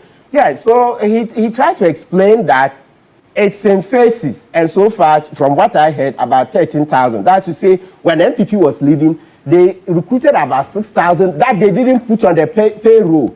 And instead of this government, this government was, what do you call it, obey the constitution. So instead of sending them away, the government decided to put them on the payroll. So about 6,000 that the MPP failed to put on the payroll and yet had purported to recruit them. So after the 6,000, then this government did another 7,000. So 6 plus 7, you are getting 13,000. So he put it in context and explained that so it's in phases. So the point I make is that I hear the veteran Kwesi Pratt, and we all know how Kwesi Pratt has been to jail more than 20 times in fighting for our democracy. So he's a colossus, and we respect him. So, but I'm adding more to give context that the Deputy Minister at least was on Asempa FM, where he clarified that the 50,000 that the Minister of Education is seeking to recruit, 50,000 teachers, is in phases, and that if somebody is not in the budget, or that's to say, if a budget line has not been created, there will be no space, etc. So he explained a lot of other things. So perhaps we should bring the debate here, bring Deputy Minister of Finance, Ampim, then bring Kwesi Pratt, then let's explain, because he went on, it's too long, I can't summarize everything. Right, because but the we're talking about actually goes beyond. So the question is that saying the government will do nothing doesn't apply. No, it's just a warning. What I see is that it's a warning that let's not sleep. But as for not doing it, every day roads are being built, hospitals, etc. So the government is working. And as for the jostling for power, it's also bound to happen. Okay. Just like, let me quickly add before you take me off. Currently, in the audit service, there's turmoil. The board chairman, Vincent Kujo Bogla, right, is trying to rein in. I'm bringing the context that this is on the audit service. But I've spoken. The audit service, there's turmoil. I'm just showing some of the things. When you say governance must go. Currently, you find the board chairman saying that Johnson Esedu Epiama, right, cannot promote Emmanuel Fusuji-Abo to Deputy Auditor General. So right now, look, from yesterday, I've received more than 10 messages from the audit service guys. So please, Johnson Esedu Epiama, watch it with the board chairman. No, I'm talking about governance. The thing about not doing it. Audit service has thousands of citizens. Thank you very much. I'll give the last word. To wrap up. To the graph. Exactly. So I'm saying that, look, Mr. Musa Danko, are you pushing one second. Or you are pushing for he says, chief of staff, or you are pushing for I've said it. The race is between our two forces and this, what do you call it? That's your view. It's not possible. That's the way I say. Okay. Haruna would have been an affable candidate, but it looks to me like the geography, because JM is from the north. We all know Haruna is affable, etc. But it appears the geography. So I don't know. I don't have it. So I think the thing is more between forces and then Esiedun Ketia. So look at it. Talisman says that there is a quiet danger that sometimes creeps into political life, not with noise, but with whispers. It begins subtly, like a conversation here, a suggestion there. Yes, and I'm saying that the context of it is that these guys are working, but he must warn them so that they don't cross the red lines. So he sent them a bunch of red lines not to cross. But as for saying that people will not jostle for power behind the scenes, it's also not possible. You can't say that. And last point, somebody says we should correct that Paul Biya is the oldest president, not Donald Trump. Biya is 93. 93. Yes. Yeah, so that's a journalist, Alassane Jibril in Kumasi. Yeah. Obviously, that's. Thank you. Thank you. My turn now. I just landed. Is the look at the heading before the race begins, a call for discipline, reflection, and duty. I want to put the emphasis there. That call for discipline should begin with the me and not for others to call on you. And that for me is leadership. Like an introspection. An introspection. And we must underline that. Thank you. Right. Thank you very much. So, Alfred, in 1 minute. Alfred, well, unfortunately, you're asking me to do 1 minute. But here's the point. There is such a thing as pointless stimulation, as wasting time doing things that people don't care about. People got home from work yesterday, and their houses were under. Half of Accra is gone. Oh, okay. What half? Please. I did geography, you didn't. Oh, I'm telling you that the waters that you saw down here came from the Bree Hills. Okay? My point is this. So we've spent an hour, these politicians going back and forth. And trust me, I don't think most of your hearers care about what is going to go on, that kind of thing. Like we said from the beginning, Musa has to do his work. But come 2028, what we are discussing here is not going to be the issues there. So for me, I think that let them do it, okay? But people like me, we want to avoid the pointless stimulation and maybe try and go more towards dealing with some of the things that confront us today. Let the politicians do their jockeying and whatever it is. Like we said, one statement from the president, Rawlings, changed the whole political, scene in Ghana, right? And has led to the present president being in office. All kinds of things can happen. So yeah, there's a space for this, but I think we spent too much time there. Let's leave the politicians to do their internal stuff, and let's wait and see how it pans out. Zadankwa, finally, what's going to be the next phase of your work and what you're the next phase going again? Finally. No, but after this, another phase. He's running up, yes. No, I mean the research. Because this is just the beginning is of a long process. You don't need What's the next phase? Your microphones are off, by the way. Yes. I mean, it will continue. We've been doing this every 90 days. Our timetable is not aligned with NDC timetable. So we'll continue to do what we do. Those who have been given the power to run the country must focus on running the country. We are not here to tell them what to do, but we're here to tell Ghanaians what people think. Thank you very much. Musa Dankwa is Executive Director of Global Info Analytics. Let me just remind you that we're live on 3FM 92.7, also on TV3 Ghana on Facebook, and it's always brought to you by Bank of Africa. Activate your dormant account with Bank of Africa. Enjoy our refreshed products and services, including our enhanced SME support facility, US dollar debit card and credit card, and more. And you may also update your account at any Bank of Africa branch with your Ghana card. Kindly reach our call center on 0302 429 333, 0302 429 333, or 0302 249 690, 0302 249 690. You can chat Fafa at www.boaghana.com for support or inquiries. Bank of Africa, as strong as a group, as close as a partner. It leads me into our next conversation. This one, as always, the key point is brought to you by Bank of Africa and GASEM, the nation builder. This week, a number of things happen in court. We're focusing on the matter of persons who are standing trial for comments they have made. And one of it is Abronye DC. He was granted bail this week after being remanded into custody. The NPP petitioned some diplomatic community members, and then also yesterday they sought to petition the Chief Justice for the removal of the trial judge in that particular case. The lawyer for Abronye, Kojo Ponkroma, the Member of Parliament for Foasia Yerebe constituency, spoke to the media, including also the executives of the party, on the matter of whether or not free speech is under attack. Take a listen to them.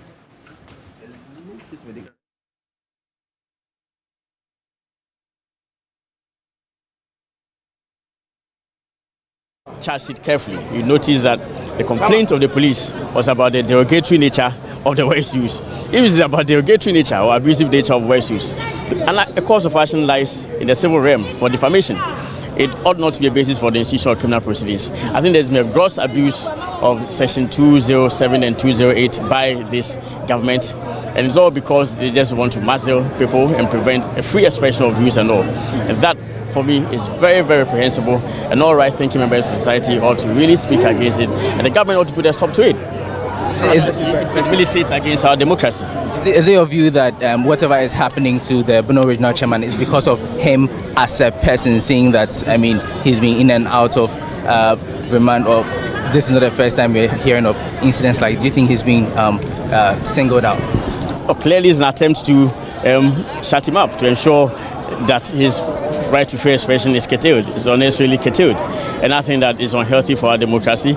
As I said, yes, no matter the expression of views, no matter how reprehensible those views are to you or offensive that they seem to you, it is only when they occasion a breach of the peace or they disturb the public peace that a person may be arraigned under Section 207 and 208. So you ought to examine the facts of the case adduced before the court clearly, and you see that there was absolutely no breach of the peace whatsoever alleged by the police. The counsels for Kwame Bafo Abronye moved the application, and the Attorney General did not oppose to the application, which for us, we felt that it could have been done yesterday, because if they was going to go and come back and say that they have no objection to the application. There are a few of your messages that have come through regarding the issues that we discussed. Let me just clear a few of them. Selassie from the UK watching us on the Voice of London radio and Voice of London television says, Alfred, good morning. Please tell Kofi Bento that Donald Trump is not the oldest. I think that's the correction that I think people you put out earlier. It's Paul Biya of Cameroon. Please tell him I would like to speak with him, so I need his number. Selassie, UK. Thank you, Selassie. As for the number is his discretion. I cannot answer that question. This one here says, good morning, Alfred. MPP members are just using some means to attract the attention of Ghanaians towards the 2028 elections. Fact is, there are worst of matters that are affecting the country that have been inherited and are being worked on. As to whether or not the happenings in the NDC will work against the government, I think the evidence is clear. Action must be taken to correct these ills. Inaction will be a costly venture, you say. Richmond Dogbe says, good morning. We have experienced the leadership of incompetence already from some group and has again gone ahead to elect another to lead, and this will be a bad meal to be served to Ghanaians if elected. You see, this one here says that the NDC cannot live in a state of denial and not confront the reality. We must all begin to wake up to our democracy, because the thriving democracy of Ghana depends on the health of these two parties and others who will be coming eventually. But the reality check is important. It's good listening to Kwesi Pratt this morning. That's from Dr. Kwame Asante. Good morning for your message. Not the one in the studio, by the way. Thank you very much. And I'll go through it as we go on. But the Media Foundation for West Africa put out a 14-point chronicle of cases that this particular law has been used to prosecute. They reference 2 of it. And that's why I start off with you, Mr. Bento, on what the problem of the Criminal Offences Act, that's Act 29, specific section 207, offensive conduct conducive to breach of peace. I'm going to put that on the screen.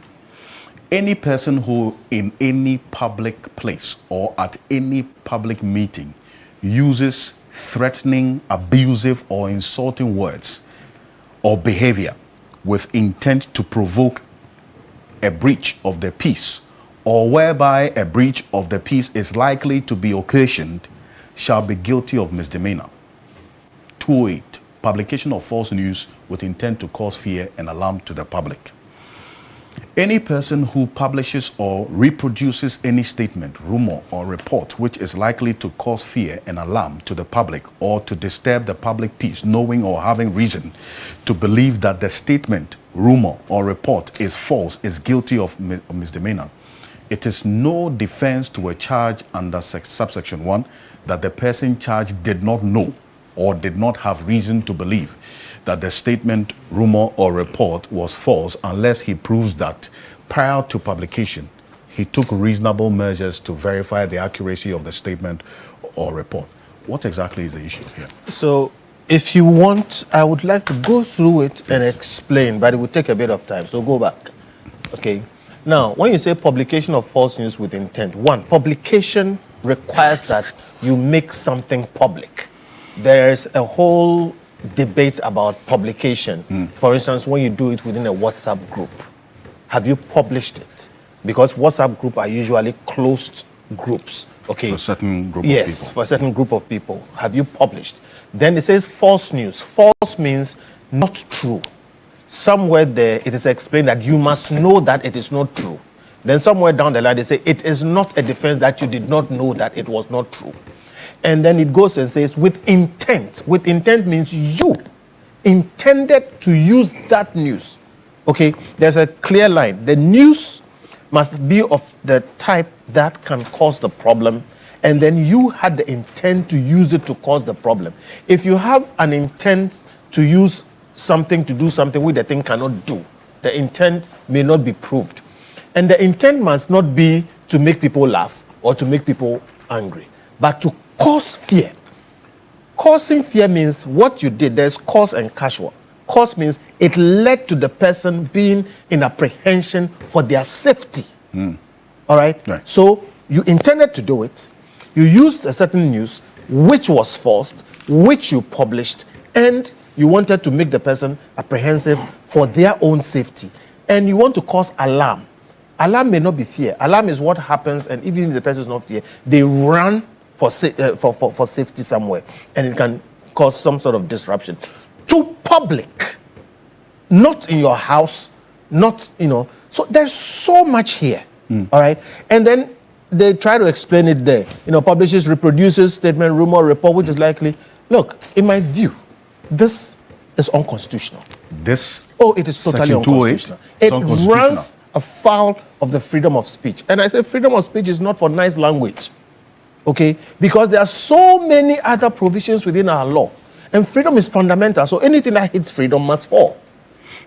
If you do anything like that and other people are affected, there are so many ways, so many areas by which they can take you on. Right. But human beings have come to learn that when you stamp on freedom of speech and even things like this, okay, you kill a lot of creativity. Martin Luther, okay, who this man is named after, okay, who effectively changed the world by posting what at the time could get him killed, okay, would not have done it if this law were there and if this law were being applied. And I can go on and on and on. So much of world progress would have been stopped if this law was being applied at the time. But you also acknowledge that freedom is not limitless. Yes, but there are that thing people say all the time, but they say it out of context. The limits to freedom are spelled out in the Constitution. And you don't see this particular... It is not there. If you take the Public Order Act, what stops your freedom of speech is stated there. In the interest of this, in the interest of that, in the interest of this, in the interest of that. Okay? And even with that, when you hold the power of states and you hold it responsibly, there are ways of going about some of these things. So look, to a man with a hammer, everything looks like a nail. That's a quote from Theodore Levitt. Okay? To a man with a hammer, everything looks like a nail. That is why you've had politicians condemn the actions of their opponents in office when they use this, and then when they come into office, they use it. But we will track. And that is why Media Foundation has been tracking. Look, for me, at the end of the day, it is about the legacy of this president. I personally don't believe, given what I know about the temperament of the man, President Mahama, that he necessarily wants likes or is the one behind these things. But in every political system, there are hawks, there are doves, okay? There are wolves and there are sheep. There are people who want to do things to other people, do all kinds of things. The history of this country shows that when power changes hands, people effect all kinds of things without even checking with the leader, the president or so. So I personally do not think that it is something that President Mahama is necessarily pushing. But he is failing to rein it in. And you see, when we talk about the murder of the judges, whose name comes up? President Rawlings. And those who know the story will tell you that, look, there's a chance he didn't even know about it. Okay? So he will take the brunt of this thing. And I'm telling you, the stench of abusing freedoms never wears off. So I think the president should do more about this thing. Because clearly, halfway in his term, he has racked a record nobody else racked. And the record is that people's rights are being abused. And they are using these laws, okay, as an excuse. We turn and put criminal libel out. We've gone around this issue so many times. But every time you kill one, the politicians find a way to invent another one. And they end up doing the same thing. You have people speaking on, Facebook and on WhatsApps and whatever it is, and they are being abused left, right, and center. I am not saying those people have said something that is right or whatever it is, but the point is that the kind of treatment that is going on, the kind of reactions that we are seeing is not warranted, it's not proper in a state like what we have. Okay, I think there must be more energy going towards other things than what we are dealing with. Because whilst they are doing all these things and people are seeing it and recording it, a lot is going down and people remember. Two things. You say people's rights are being abused because of what they say. But we cannot talk about their rights as well without considering what was said as well, is it not? So that, rights are not absolute. Where your freedom ends is where someone's right begins. Yes. So if we're talking about the freedom we enjoy with speech, it cannot be described as limitless so you can say anything. Nobody has said it's limitless. Look, when you say where your freedom ends is where someone else's begins, that's really the point. The point is the person who you affect is the one who takes you on. That's thought. If your speech or action affects somebody, the person should take you on, including the president. That's one. Number two, when you are in public office, okay, you give up a lot of your right to even respond. If you can't deal with it, don't go into public office. The issue is, must the state systems be used and deployed against individuals for what they have said, even under these laws? And I'm saying that, again, 4,000 years of going back and forth in law, we have agreed that there are some rights that are fundamental. It wasn't like that all the time. The right to life was not necessarily a right in medieval times. The king could take your life. True. Okay? Freedom of speech, freedom of association, all these things, they are fundamental. It means it's not anybody who gave it to you. The person who is king did not give you your right to life. And this is one of those things. And I can go on and explain to you that a lot of the development that we see in the whole world. Look, I was speaking to some people across the weekend. There was an issue about control. Okay, that you must make sure that there's control in the society. Okay, yes. And then there's the issue about liberty. Okay, and one of them was saying that, look, you need to have discipline so that we can have development because discipline moves with development. And I made the point. That if you look across the world, the countries which are most developed are the ones where you have the most freedoms, are the ones where you have the most undisciplined people. Are the countries where you have people who say all kinds of crazy things and seem to be indisciplined or whatever it is. But those countries also have rule of law. True. So if you mess up, there is what the law will do about you. But they don't go about oppressing people. And I told them that if you talk about... With what is happening is amounts of oppression? Oh, yes. When somebody is taken up, okay, incarcerated, using the powers of the state because of what they said, all right, which does not constitute a crime.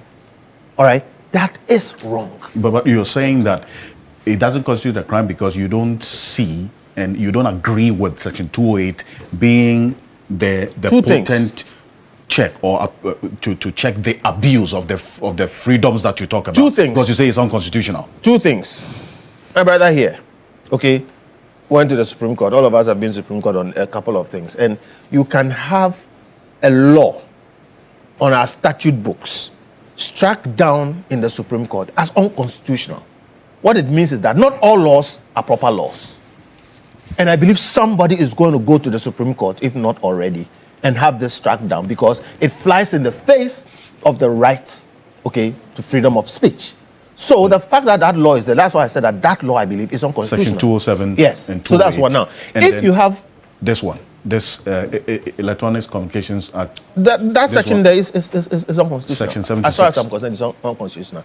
Look, stupidity is not a crime. Okay? Being foolish, being stupid, being disagreeable, it's not a crime. And I'm saying these freedoms, the people who came up with some of these things, they don't just come up with it because they were reckless or whatever it is. And I was trying to make the point that in the countries where you have the most development, they have found that development actually goes with having some of these freedoms. There's a reason why Russia is not as developed as the USA.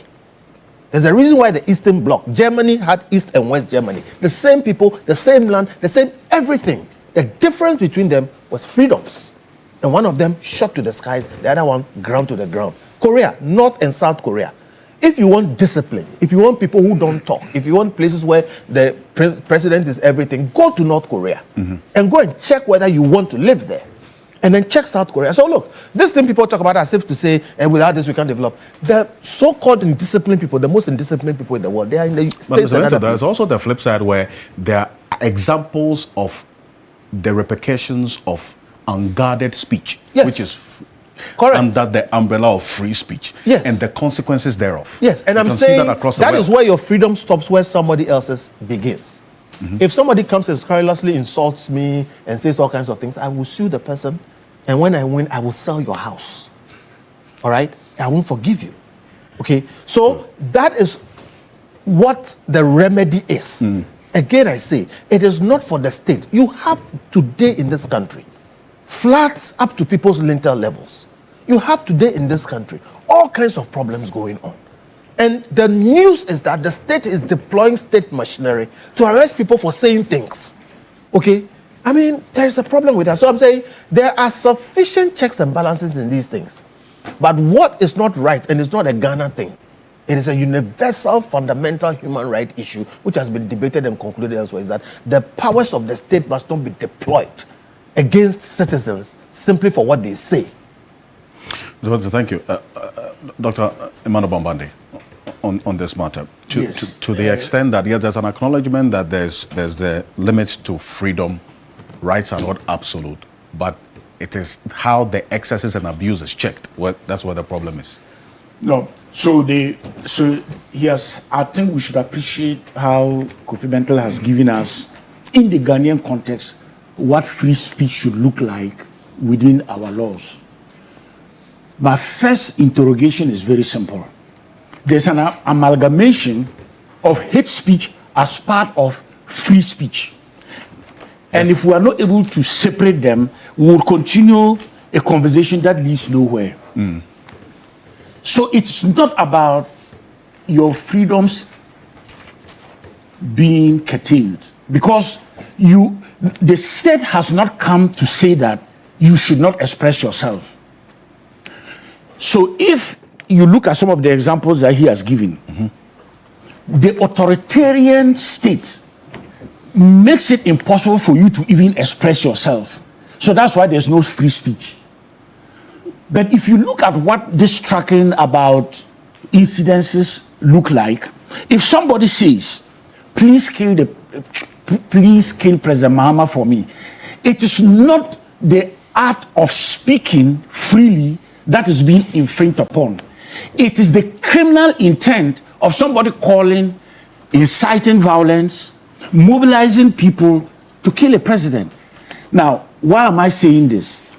We should rather appreciate that the state can hold firm people like that to be accountable to what they are saying, in order that we have a balance between ensuring free speech but also ensuring the stability of the nation in terms of the protection of civilians and in terms of avoiding extrajudicial violence. In our politics, if you get up, and maybe what Kofi Bentel might advocate is, let's replace these laws with a law on what clearly is hate speech and what sanctions come with hate speech.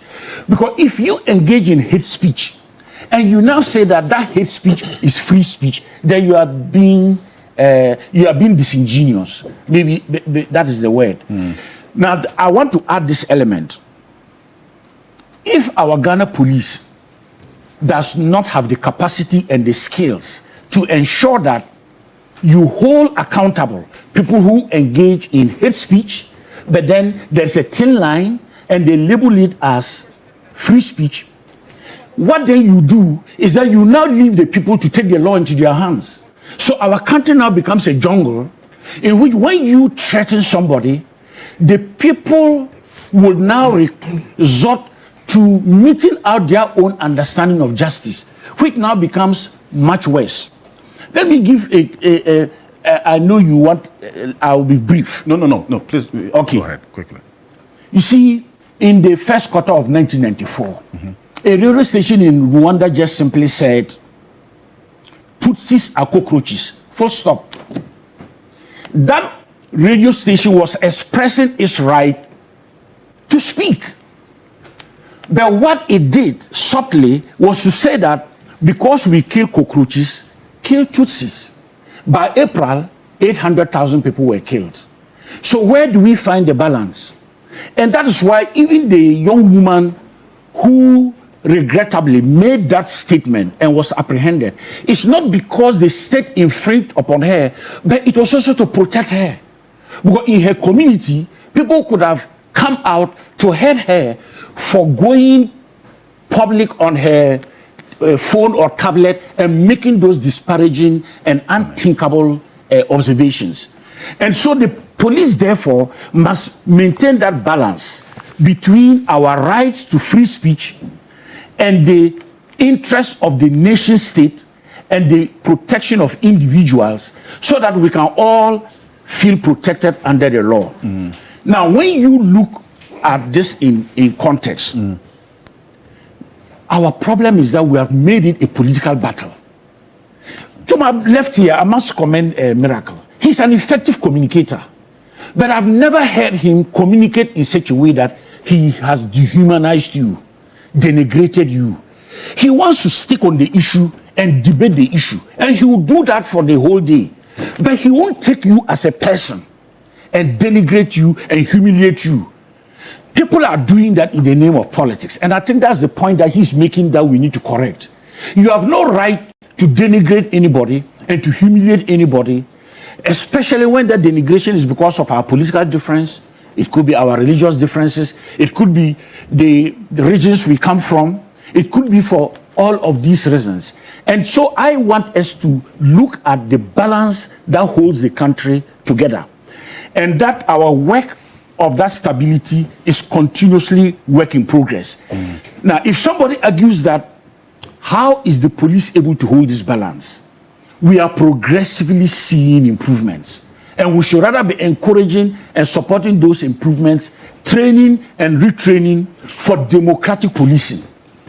So that the way you exercise the power of the state should not do worse things simply because somebody in exercising free speech went overboard.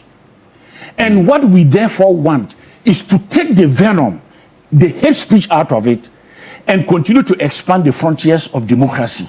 Continue to expand how we deepen democracy in the reality of the evolving context today. And if I were to summarize, when he made those references, if you go today on the capitals and cities of some of the most developed countries, they've deployed facial recognition cameras that have the capacity to pick conversations. So when you're in a group, even in a peaceful protest, which is free speech is you have the right to demonstrate freely, to protest. But when you are doing that, you have not physically hurt somebody, but your conversations are conspiring to hurt, you'll be picked up. Right. And you will be sanctioned for engaging in a conversation that is trying to hurt the peace and the stability of the state. So you cannot say that those countries are developed, but they don't have the checks and balances that hold and guarantee the safety of the state. After all, in Ghana, we are now about 34 million. If a few people choose to go to the extent of a hate speech that creates divide, depolarization, non-respect for others, and we all watch on, then Ghana goes gradually and deeper into a territory that none of us wants to see this country.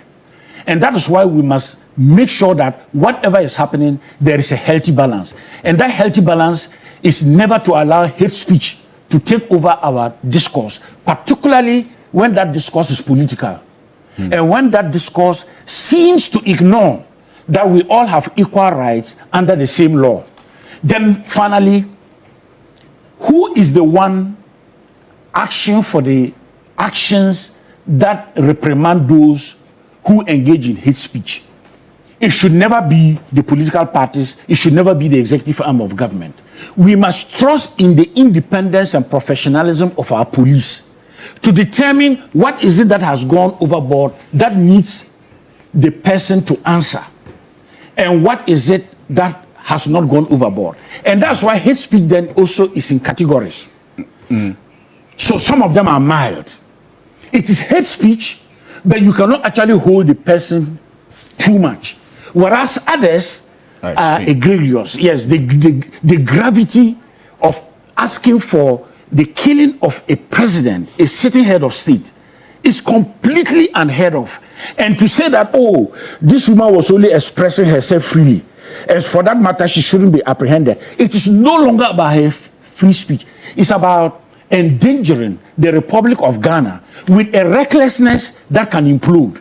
See, that's the point of departure with what Mr. Bento was saying, that whoever is the victim of this free speech should, on his or her own, be able to take up that action against the person who made that statement, instead of the force of the state being deployed against such persons. Well, he's looking at it from the lens of a lawyer. I don't want to debate that. But I want somebody to protect me from somebody's harmful and hate speech that endangers my social peace, my sense of security and safety. And that person is the Ghana Police Service. They should be able to determine that this statement that you have made endangers the Republic of Ghana in many ways. You must come and explain why you made those statements. And then he also made a qualification that in some cases you cannot. If I take the example, I don't want to repeat that example more than I have done already. Please. Are you going to say that the president is the one who should now go and take an individual action against a citizen who on social media is saying, please kill the president for me? That cannot happen. And you see, I do this with a lot of uneasiness, but then again, the Media Foundation in chronicling those 14 instances actually put out a summary of what they said and what they were actually, being charged for. This August 12, 2025, Priscilla Dua Brago and Charity Dede Tete, national service person and a beautician, they are TikTokers. They stated they would have been happier if President Mahama had been involved in the helicopter crash, arrested for content deemed offensive about the president. How is this? That's number one. They were charged under Section 76 of that particular law that Mr. Bento raises and how questions does this about. Does it fit into that law? So, when I run through it, then we'll do that exercise. Yeah, Prince Ofori and Yaira Abiu, aka Fante Comedy and Akosia Jollof, during a live TikTok session, made mocking comments about the helicopter crash victims and wished that the president and the Ghana Gold Board CEO had also been victims. They were charged under Section 76. Wishes. Then there is Achimkwa Nana Kofi Asare, Wontumi TV presenter, picked up by unidentified armed men in Judicial Krapa, Ashanti region, following on-air comments linking President Mahama to the fatal military helicopter crash. Later found that the police headquarters, Abronye Kwame Bafo, charged with offensive conduct. There are two instances conducive to breach of peace and publication of false news. First of two arrests, there's David Kujo, Pra Afol, also known as Kwame Nkrumah II. He's a TikToker, arrested for allegedly making death threats and inciting violence during a TikTok live session, referencing vehicles with official green number plates. That's the government vehicles. And Samuel Amadoto, accused of publication of false news about a former board chair of the National Communications Authority. And then there's Wendell Nanaya Yeboah, radio presenter, arrested after alleging 3 regional ministers, Ashanti, Eastern, Western, were complicit in illegal mining operations. And quite a number of them. In fact, I just wanted to, this is 8 out of the 14. Yes, but even the ones that you have put up, okay, the puerile wishes of irresponsible people, okay, expressed in funny ways. Okay, and by the way, look, me, I don't do, what do you call it, the equalization thing. Yeah. But there are other situations which were worse in the previous government. And if Nanado had come after them this way, I would have criticized him. In fact, the ones they did, we criticized them. When, silly little people sit on radio and say, I wish somebody was dead. How is that? Okay. And so warrants is for the state to drop dead on them. Is it the law? Is that what we have to use? Is it the law as it is today that does not fit how you deal with this? Or is it that all these do not matter? Let me explain. Okay. We have a constitution. Our constitution is not Ghana-made per se.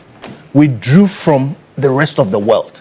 And there are things in the constitution called fundamental human rights. Those have been adjudicated. In fact, there was one, the right to information. Yeah. Okay. Even though the right to information was there as a fundamental human right, which is necessary for good governance, for 20 years, our government didn't pass a law on it.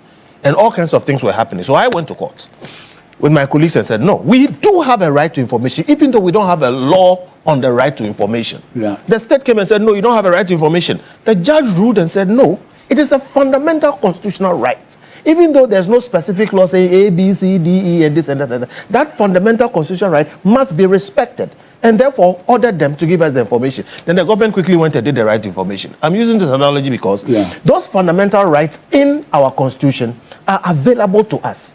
And if it is not these laws that give them to us, nor these laws that even decide how they must be dealt with, there are ways they are dealt with. For instance, if somebody insults you and says, I wish you were dead, it is despicable.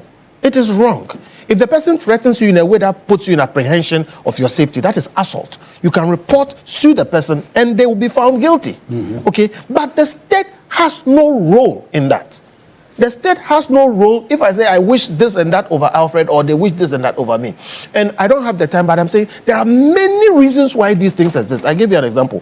What Martin Luther did in Rome, if these laws were there, he would have not been able to do it. But look at the effect of it, and there are so many examples. So these things are disagreeable. Some of the people that you are talking about there, I don't want to be seen anywhere near them.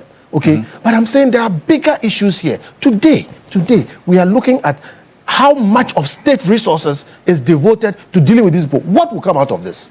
You think it will stop it? What will come out of it? I'm going to come to you. But you see, because Kofi has, because Kofi has raised a very important issue, I just want us to go back briefly. I recall 2021. My colleague lawyer, senior lawyer, Francis Xavier Sosu, MP for Medina, engaged with his constituents about roads in Damfa and others, and that the roads were immotorable.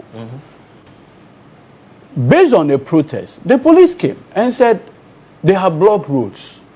I want to believe that the example of Martin Luther, when he led those civil rights movements, roads were blocked. But I recall vividly, in an interview with Kofi Bento, Kofi Bento justified that the police had every right to arrest Sosu, and that the arrest was necessary to allow them to go into whatever allegation. And today you sit here and pontificate a different view. I stand by everything I said because it's raising. We have to deal with it. Wait. Let's deal with it. Listen. Let's deal with it. Let's deal with it. Listen. I have seen them on all NDC platforms going back and forth, and some silly people who don't understand what we are dealing with. This is what happens. Nobody has an immunity against investigation. Or an immunity. Hey, let me finish. Now, hold on. Xavier Sosu, my friend, goes and makes statements. And the police are saying that, hey, you've done this and that and that and that and that. And so they are inviting you or something, and he claims immunity as a parliamentarian. Oh. And I gave an interview and said, nobody has immunity as a parliamentarian against being invited. I can be invited tomorrow. You have to go. If he said, I won't go because what I said is not a crime, I will defend him. But he claimed immunity as a parliamentarian. So if you watch that thing they have been passing around, I was saying that nobody has a right to claim immunity as a parliamentarian, as an ordinary parliamentarian, when the police have invited you for ABC. You can actually say, I won't go. All right, okay. That is very different from somebody. No, wait. You brought it up, so let me deal with it. Those NDC platforms that they have been pushing these things, you see, they just lack the understanding of the points that I was making. No, wait. Address what I said. And when you give yourself explanations and you proceed on that, you are just off the track. I mean, people should hold a different view from what you do. It doesn't make them silly people. Yes. Now, the expression of people who hold divergent views being silly people is one that I want you to withdraw. I'm not hearing you because of what. Ask the question. The expression of people who hold divergent views to what you had said earlier, the description that you give to them as being silly is what I want you to withdraw. No, listen. Just for the finish and let me deal with it. It is silly. I've heard you. It is silly. Okay, when you take something you don't understand and you proceed to give it an explanation at your level, and then proceed to make vituperative assertions over those things. So I'm saying they have been sharing it. A couple of people sent it to me, and I said I won't waste my time dealing with that because they don't understand what I'm talking about. I am saying you are not immune from the invitation of the police simply because you're a member of parliament. Now, if you don't understand that and you say that I am saying because of what you have said, okay, you should be arrested. You don't know what you're talking about. It is silly. But then again, that's one thing we will not be associated with. No, go ahead. Yes. Very briefly, because I hadn't finished. You see, if we interrogate one by one all these tracking that you have been putting forward, the first thing that must come to mind is that context matters. Yes. And because context matters, it must be dealt with at its level. What hate speech, as I'm calling it, does, it creates a hostile environment and can mobilize resentment against people. Now, the regional ministers that you have put on the PowerPoint here are public officials. If the one who made the allegation deliberately did so, knowing very well that these regional ministers had nothing to do with this complicity allegation that the person made, not only is Nana Yao Yeboah creating a hostile environment against the ministers, but he's denigrating the ministers and putting them into disrepute in terms of the high offices they hold. If this country were to go on that tangent and people like that cannot be held accountable so that they refrain from this type of behavior, Ghana would implode into a no-go territory. And that is my point. That is my point. And how we do that, we need to have a conversation around that. And we have gotten to a point where people think that the only way to get the attraction or the attention in my political party is to have the words that I can use against my opponents that creates pandemonium. There are people who say, yeah, this guy is really brave. But you see people like Salam, who say we would weaponize our youth. They will be the first to run away when the environment actually becomes that hostile to the level of weaponization. And he should then copy from the examples of others who communicate, but they do not go to that extremist level. And that is the point I am making. And you see the distinction and that's why I bring in Miracle Sabwaje, because of the reference you made earlier, which was corroborated by John Kumsin, who says that the last time I heard, the first time I heard Miracle speak was in 2019. The last time I heard him speak was when he came on your show just about a month ago. No insults, sticking to the facts. He is very punchy. Sometimes gets under my skin, even as a viewer, but hasn't degenerated into the issues that you were even mentioning as published by Media Foundation this morning. Can that not be the avenue and boundaries for the kind of communication that must be encouraged? Well, we don't have the right to tell somebody what has to be done. Yeah. That's why there are laws. challenge that Mr. Bento raises is about how the excesses are checked and the laws that are applied in that regard. Mixing abuse, that is the hate speech and free speech as well. That's where Dr. Emmanuel Bombande draws the line, and I think it brings a certain level of clarity to what we're talking about, that we have mixed both hate speech and the right to free speech and the advocacy that people should not be punished for speaking their minds. The line do is thin. The line do is thin. I still think that for the sake of this platform, should withdraw the silly whatever. I still think so. Let Miracles speak. I'll come to him. I may be wrong. Miracles. So, Alfred, now you are my lawyer. The fact is that I understand what you're talking about. In this country, to put it bluntly, we are all hypocrites. That is how I'm putting it. We are all hypocrites. Eduji is a hypocrite. Kofi Bento is a hypocrite. We have condemned you people, and I've condemned them too. I think I am the only person that is not a hypocrite. And I'll explain to you why. Don't interject me. I'll explain to you why. You see, me, I know I have a very big mouth. So everything I say, I make sure that I am very sure that tomorrow, either I will say the same thing or I'll keep quiet. Eduji hasn't done that. This government, this president has gone after free speech. There is no other way of putting it. He has, in fact, it's a presidential policy.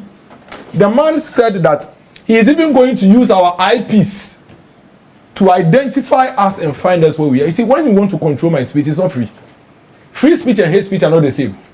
They are not close. They are two different things. So let's not attempt to draw some parallels or cousins between them. They are different.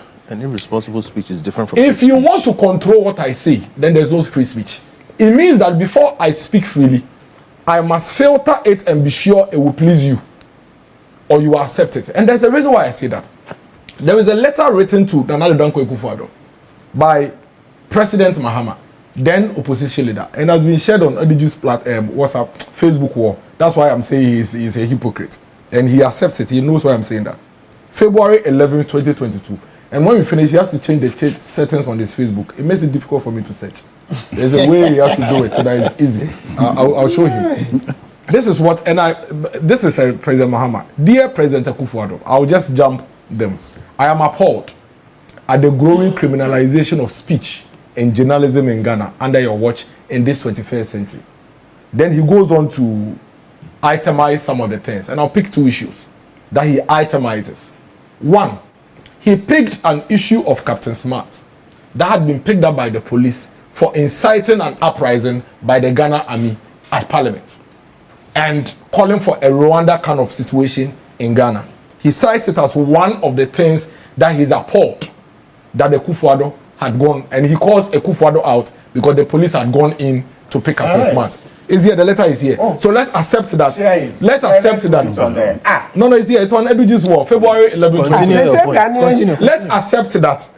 The president today actually makes all of us understand from this that he is the one that is gone after these 17 people and not the police, per this analogy. And let's accept that. Number two, he goes on to now reference Muammar Barnier and a journalist, another journalist, who had also been arrested. And hear me clearly what he had done. The police had arrested him and is on Eduji's wall for alleging on his show that Nana Danko Akufo-Addo had met some 7 Superior Court judges ostensibly to plan with them so that should there be an election petition at the Supreme Court, they will skew it for Nana Danko Akufo-Addo. Is there. The president then goes on to name and list several issues and cases of arrests of citizens that had made, speeches and all of that, like we are experiencing today. I have never, in my entire political career, ever stood anywhere to support the police going to arrest anybody. Not when Akufo-Addo was president, not when Kufuor was president, not now. Listen, when President Kufuor was president, when President Rawlings was president, when even I was MPP and I was TESCON, we used to walk from Legon to the castle with our botos and our shots down there protesting and demonstrating against the president. It's today that students don't demonstrate.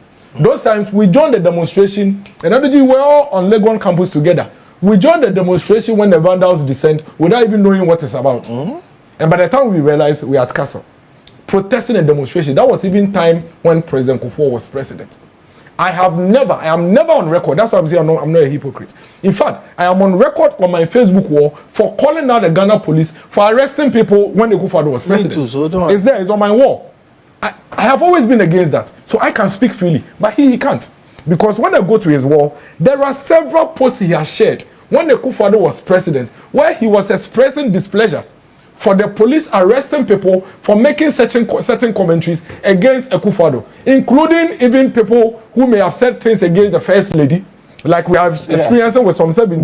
Yes, and he was against it. The problem I have with Eduji and all the other people in NDC today is that you might as well have kept quiet.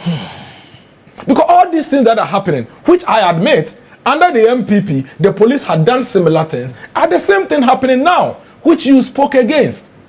Now, you see, the question and the point I'm trying to find out today from Honorable Bombardier is that this whole hate speech and free speech and responsible speeches, is it only when it's against people in government? And after, please give me a little time, I beg you. Is it only against people in government? I'm saying that because I am always on TV and radio, and I don't know when I'll fall foul to some of these things. So I want to have my time. Why is it that my presidential candidate, Dr. Mahamudu Bawumia, is insulted by people in the NDC from morning till evening on TikTok? I have the names, I have the videos. Okay? That the police are there on TikTok, they are cyber security unit, they are there on TikTok and Facebook, but I have never, for once, seen any of these NDC guys picked up or arrested for inciting violence against Dr. Mahamudu Bawumia. We are in this country, when there's a gentleman in the US who came into this country, got national security protection, driven to the Supreme Court, when there was warrants and things against him, then he was let go. And this is somebody that has insulted every chief in this country, has insulted even the president, this president. Every presidential candidate in this country. He has gone after every judge, gone after every pastor, gone after every chief, gone after the president. He has said it openly that he made the president of this republic and that he can bring him down. He walks freely. So don't come and talk to me about laws and hate speech and, we are hypocrites. It is only when we think it benefits us, and there's a certain reason why that is happening. We are beginning to have a certain herd immunity mindset when it comes to how we treat our citizens. Why are you treating me miracles? Not as a citizen of this country, but because I am MPP. I am a Methodist, I am MPP, I'm a Guan. Why are you putting me in a why are you putting me in a group? If I commit a crime, hold me solely responsible. And treat me according to what the law says you should treat me. Alfred, it's a very dangerous thing we are setting for ourselves. And when some of my party people say that when the tables turn, they will do the same, they are not playing. Yes, it's wrong. They are not playing. It will be escalated because people are writing it. People are noting it. And I started talking about this in 2025 when I said that I admit, whenever there is a change in government, there were a lot of things, some of these things happen. Can we agree to put a stop to it? Yes. And say that enough is enough. Let's begin to halt some of these things. When I said that, some of my NDC friends agreed with me. Some too felt like, hey, we've come to power, we should continue. You think that you go and arrest somebody for speaking, and when the table turns, that person has forgotten about you, they will come after you in multiple fold, and we'll be having this same conversation. I am saying what I am saying today because when the table turns, and somebody in my party is doing it to you, I can still speak, because I'm speaking against it now, and I spoke against it then. Why are we doing this to ourselves, Alfred? Okay. That we say we have a law that says that nobody is above the law, including the judge. Well, we know in this country when judges took goats and money as bribes and skill judgment. Have you gone to the magistrate court and the small courts in the district before? I was an MC. There were occasions that I went to those courts. You weep when you see how citizens are being treated in those places where there are small lawyers, and some of them don't even have representation. So the reality is that indeed there can be judges that can be political. They are not above the law. If you are a judge and I have a case before you, and I think that you are singling me out and you are trying to use your position to come after me, there is a law that allows me to call you out and even petition and get you removed. So if for whatever reason you think that somebody has said that a certain judge is a political judge, it is not the police that comes to arrest the person and throws the person to jail. I am saying this because I'm saying this not because I support what the person has said. Hear me well. I am saying that whether you are the president, you are the chief justice, you are whatever it is, when somebody comes after your person and your integrity, the laws are there. It doesn't include police kidnapping me and putting me in jail. It says that I should take you on and let you prove how I became political. And if you fail to do that, the laws will punish you, which if it includes jailing, you are jailed. But the situation where we find ourselves today, that if the thing goes against people in government, then we weaponize it and call it hate speech and peddling falsehood. That is the danger that Miracles, I am worried about, and I think Eduji should also worry about. Now, Alfred, let's look at all the 17 issues. None of them are issues that Miracles will say with my mouth, or would even go into a meeting and tell my party person to say it. But the question is, since when did it become a crime? The things they've said. We're in this country, when Eduji and his party, including senior members of this government, were on the street, the communications officer of the NDC, Sami Jemfi, saying exactly what this lady has said today. In fact, what this lady has said today that she said, Kuna na do mami, eradie kuna na do mami. And we sang it against Rollins. So why is it now a crime? Why? There is a gentleman who sits, what's his name? Is it Humto? There's a gentleman who sits on Wezo TV or so. He said it in plain language that he is surprised that another is not dead. And that God should just kill him in a plane crash. So today, if you are showing me... So how should all these be dealt with? No, so I'm saying that if you are showing me... So if you are showing me these cases, and today you are in government, your conversation shouldn't be that, oh, they've done something, the law should... You are hypocrites. Because when you are in opposition, similar cases, you spoke against it, and the president today wrote a letter to Akufo-Addo. All the cases are listed in the letter. I'll give it to you. I can give it to you to share. No, you condemn all these statements. You say these statements, even if they were said by persons within the party, your party, you don't associate with them. How do we address it? Because it's an issue. Let's agree. It's an issue about... Let's agree that we have a difference between morality and crime. Yes. Absolutely. I am a Methodist. And civil wrong. Okay, I am going to Sunday school, going through, I can disagree with you, I can debate with you, I'll never insult you. It doesn't mean that another person doesn't reserve the right to insult you. That is his business. So for some other citizens, they want to insult you. They do. The point is, if I insult you, is it a crime? If I say you, the judge, you are political, there's no crime. I'm not supposed to be in jail for even 30 minutes. I'm supposed to be sealed by you. Yes. You understand what I'm saying? If I say that the Gauls should kill the president, I would never say that in my life. Never in my life would I say that. But if somebody says that the Gauls should kill the president, it is not a crime. Oh, I wish you were there. Or I wish that Eduji is dead. It is not a crime. If Eduji, even for whatever reason, feels slanted, it is not up to the Ghana police to go and bundle the person and put in jail. It is up to Eduji to come and seek redress and deal with the matter with you. My worry is that, is the police for all of us? Or it is only when the issue is against the MPA CEO or the boss MD that the police feels that it is of national security threat. Otherwise, even as we speak today, there are people that in the last 3 days that have issued threats, insults against other citizens of this country. And that is why I said that we are building a certain herd immunity mindset. That when people are being treated under the laws of Ghana, we don't treat them as citizens, but we treat them based on the groups and the organizations that we believe in. So somebody has said something. This young lady, and I wrap up, has said something distasteful. You want to deal with it. Why are you saying that MPP people? She's a citizen. Okay. Why are you saying that MPP people? Why are you saying that the MPP? She's a citizen. What does the law say about dealing with a citizen? This thing, without we are saying this slowly, so we are playing with it like that. We will be here one day. There will be another rogue policeman under another government that will come for you, Alfred. So using the same principle. Hold on. I was arrested like that. You remember when lawyer Martin Kebu used to be here every Akufo-Addo OSP. The day he was arrested by the OSP in the way that he found Rook, you saw the way he was all over the place and writing. Okay, thank you. Now, the reference you made about the person on the Weasel TV, I've just received a message from the person with the name George Tay says Hunter has never come to Weasel TV before. So please correct I mean, I've gotten the name wrong, but there's a video. I think that's just a correction. No, I know. But Alfred, I'm saying that. You made the point. I'm making a call. I'm making a call on the president. I'm making a call. The call I'm making on the president is that on February 11th, 2022, he had a very good reason to write a letter to the then president. Let's share it. That letter. Okay. It's not going to be your last comment. But let me wrap up well. Let me wrap up well. I'm not going to come back to you. Let me wrap up well.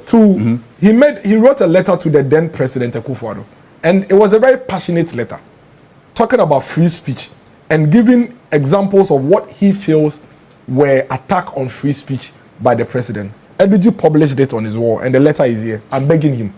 Everything he wrote in that letter are still very, very, very active. Fortunately, you have become president. You have the mandate and you have the power to fix all the things you raised in this letter that you found right. Unfortunately, you have done worse in the last 16 months than even the 8-year period that you were complaining about. This government has committed more attacks on free speech in the last 17 months than Akufo-Addo did in 8 years. And that for me is something that if the president is watching us this morning, or somebody close to him is watching and hearing, he should please inform the president that the last thing all of us have standing is our free speech. You see, that is the last thing that is where I take it up on Loyalmatic people, because we all agree that as free as speech is, it is not absolute and limitless. There are measures to check its abuse. Is it not? Yes, absolutely. I think that much is not a problem. But where the problem is, and now you see, it's very confusing. As I sit here, I'm like, listen, we should create more time and debate it well, because we can see the hypocrisy. Watch this, Alfred. About 10-15 minutes ago, you wanted Edwiji to withdraw the or the Kofi should withdraw the word silly. I was like, By the time I said, when JM said, when he comes, ex gratia will be abolished, blah, blah, and I said, oh, he should start whilst he was in opposition. What do you say? Is that a lawyer silly, blah, blah, blah? I didn't see the public say that the word silly was a problem. Yes. So this thing is becoming confusing. Let's be careful. I like what Miracles is saying. Look, Miracles, I want that letter JM wrote. I think we should put it. It will help us, because it's becoming, the hypocrisy is becoming too much. If what Miracles is saying is really in JM's letter, then that is the truth. Look, as for this song, look, we used to sing, Kum JJ Maye, Kum JJ Maye, Radu Kum JJ Maye, Yami. Oh yeah, I don't have a good voice. Please, you can sing it. We sang it on campus. Yes. We sang it. Went to what do you call it? Castle. The Mobra struggle. It was a common song.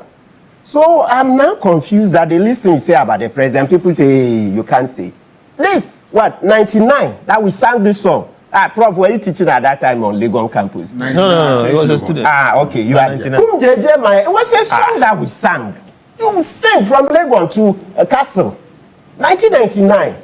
It's a common song. Now they've turned it to then Sami Jenfi. Every president has his version. So please, look, there is space for political satire.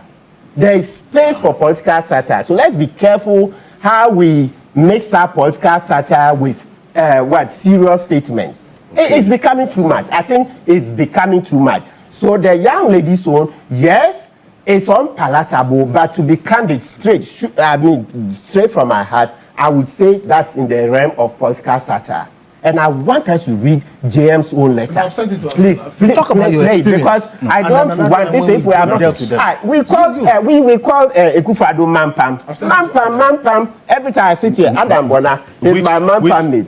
You guys cautioned me against it, and I called Akufo-Addo Mampam endlessly here. Nobody came to arrest me. You were cautioned and you withdrew. I just wanted to make the point that it wasn't encouraged. Yes. Yeah, it wasn't. TV3 stands against it, but I also think that there is space for political satire. when Akufo-Addo was emasculating us, when I called him man palm, it excited a lot of people. So it's like we're hitting him back. That's what political satire does. So let's be careful. It can't be that any statement you make against the president, hey, the police should come for you. When you make statements against that government at the time, yes, okay, and they called you to BNI, it was wrong. Yes. We all went there and we said it was wrong. There was one that I was invited privately, that and Kofi represented me, right? Wrong. About, listen, but you see, we didn't make it public. Now, OSP, you see, these are the things that bring emboldened security forces. So a soldier insulted me, I insulted him back. Quickly, they put me in handcuffs. Okay.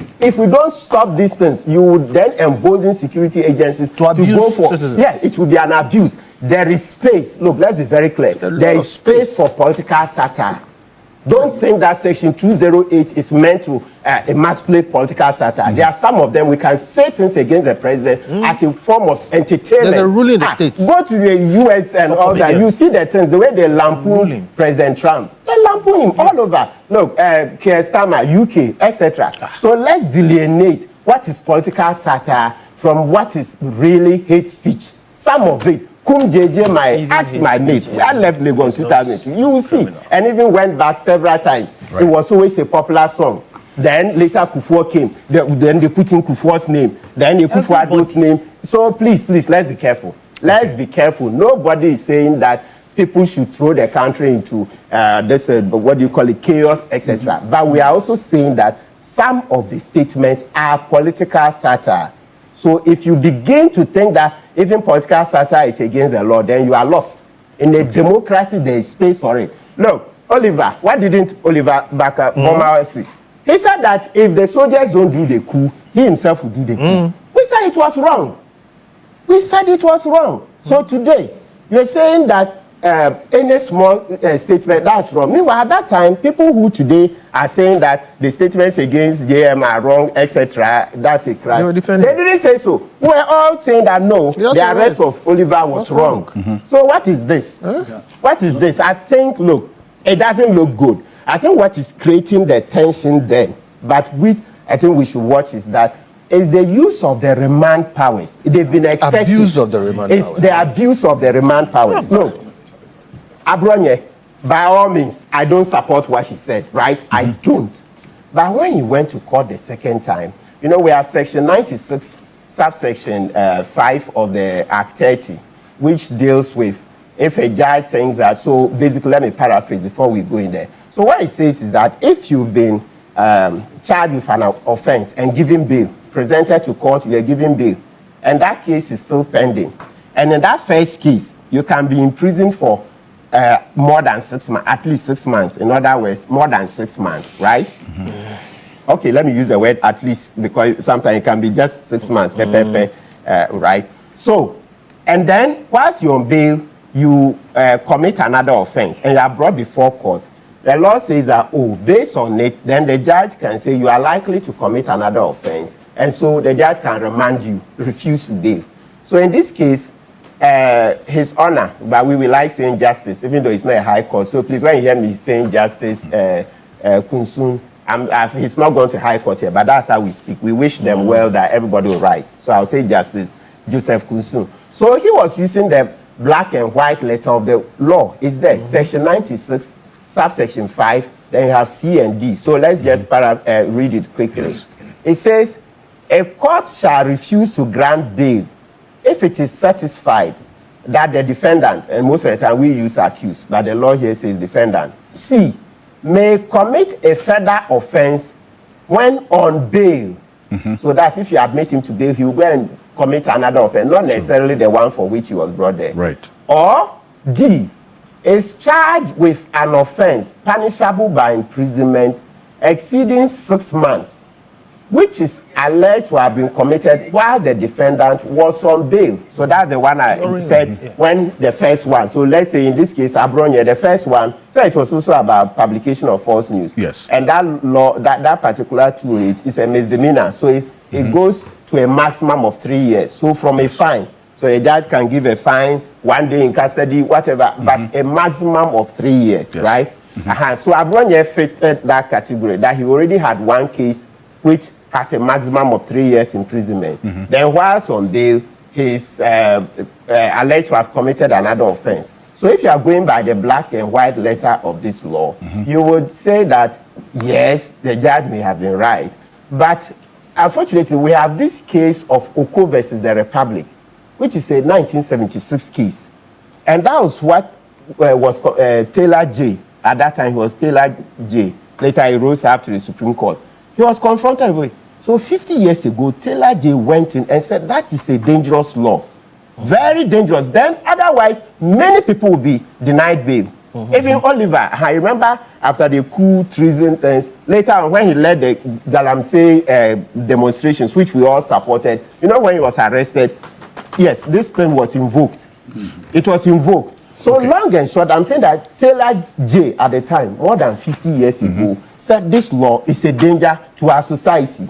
If you read it, you see he did a very exhaustive... That's 208? Yeah, no, that's the... 96. 96, subsection 5, C and D, saying that if the person comes before you the second time, when the first case has not been dealt with, has not been concluded, then you can refuse him bail because he already has one case. Right. Okay, because he says he may commit a further offense when on bail. If you leave him and he goes out, he will go and do either the same thing or any other thing. Then D is charged with an offense punishable by imprisonment, blah, blah. Yes, and so you read Oko versus the Republic, and Taylor said, no. He admitted a guy to bail. And Oliver's own, when the circuit court sought to do the same, we made noise. It went to High Court. He was admitted to bail, even though the first case had not been concluded, etc. So please, I think that this thing, the way some people have developed very thin skins, anything you say against the president, they should pick you. No, I'm not one to do that. That's why I want you. Let's see the letter JM route. That should be the small font, so we're trying to just... Let's see the letter JM route. Because I can't support this kind of chameleon behavior in opposition. Or that's what they all do. I can't support that. All I'm saying is as for political satire, kum jeje my, kum kufuwa my, kum je my, we can sing. Nobody can stop any citizen. So, it is the how... Yeah, no. Quickly. Just a quick... Yes. Now come to you. What's the issue? Quickly. He introduced the whole concept of political satire. If you look at the context in which political satire happens, no wonder in some countries they call it the late night show. So before I sit on my relaxed chair to watch it, I know that I am watching satire. So I agree with his explanation, but we are mixing everything up, and that's the problem. So it's like there are some countries when you wake up, you are going to a newspaper page because you want to see the cartoon of the day. Yes, that is acceptable. We must segregate that from when somebody says, and he made very relevant points, because you see, when you say we will make this country ungovernable, are you speaking on your own behalf, or are you speaking because you feel you belong to a political party?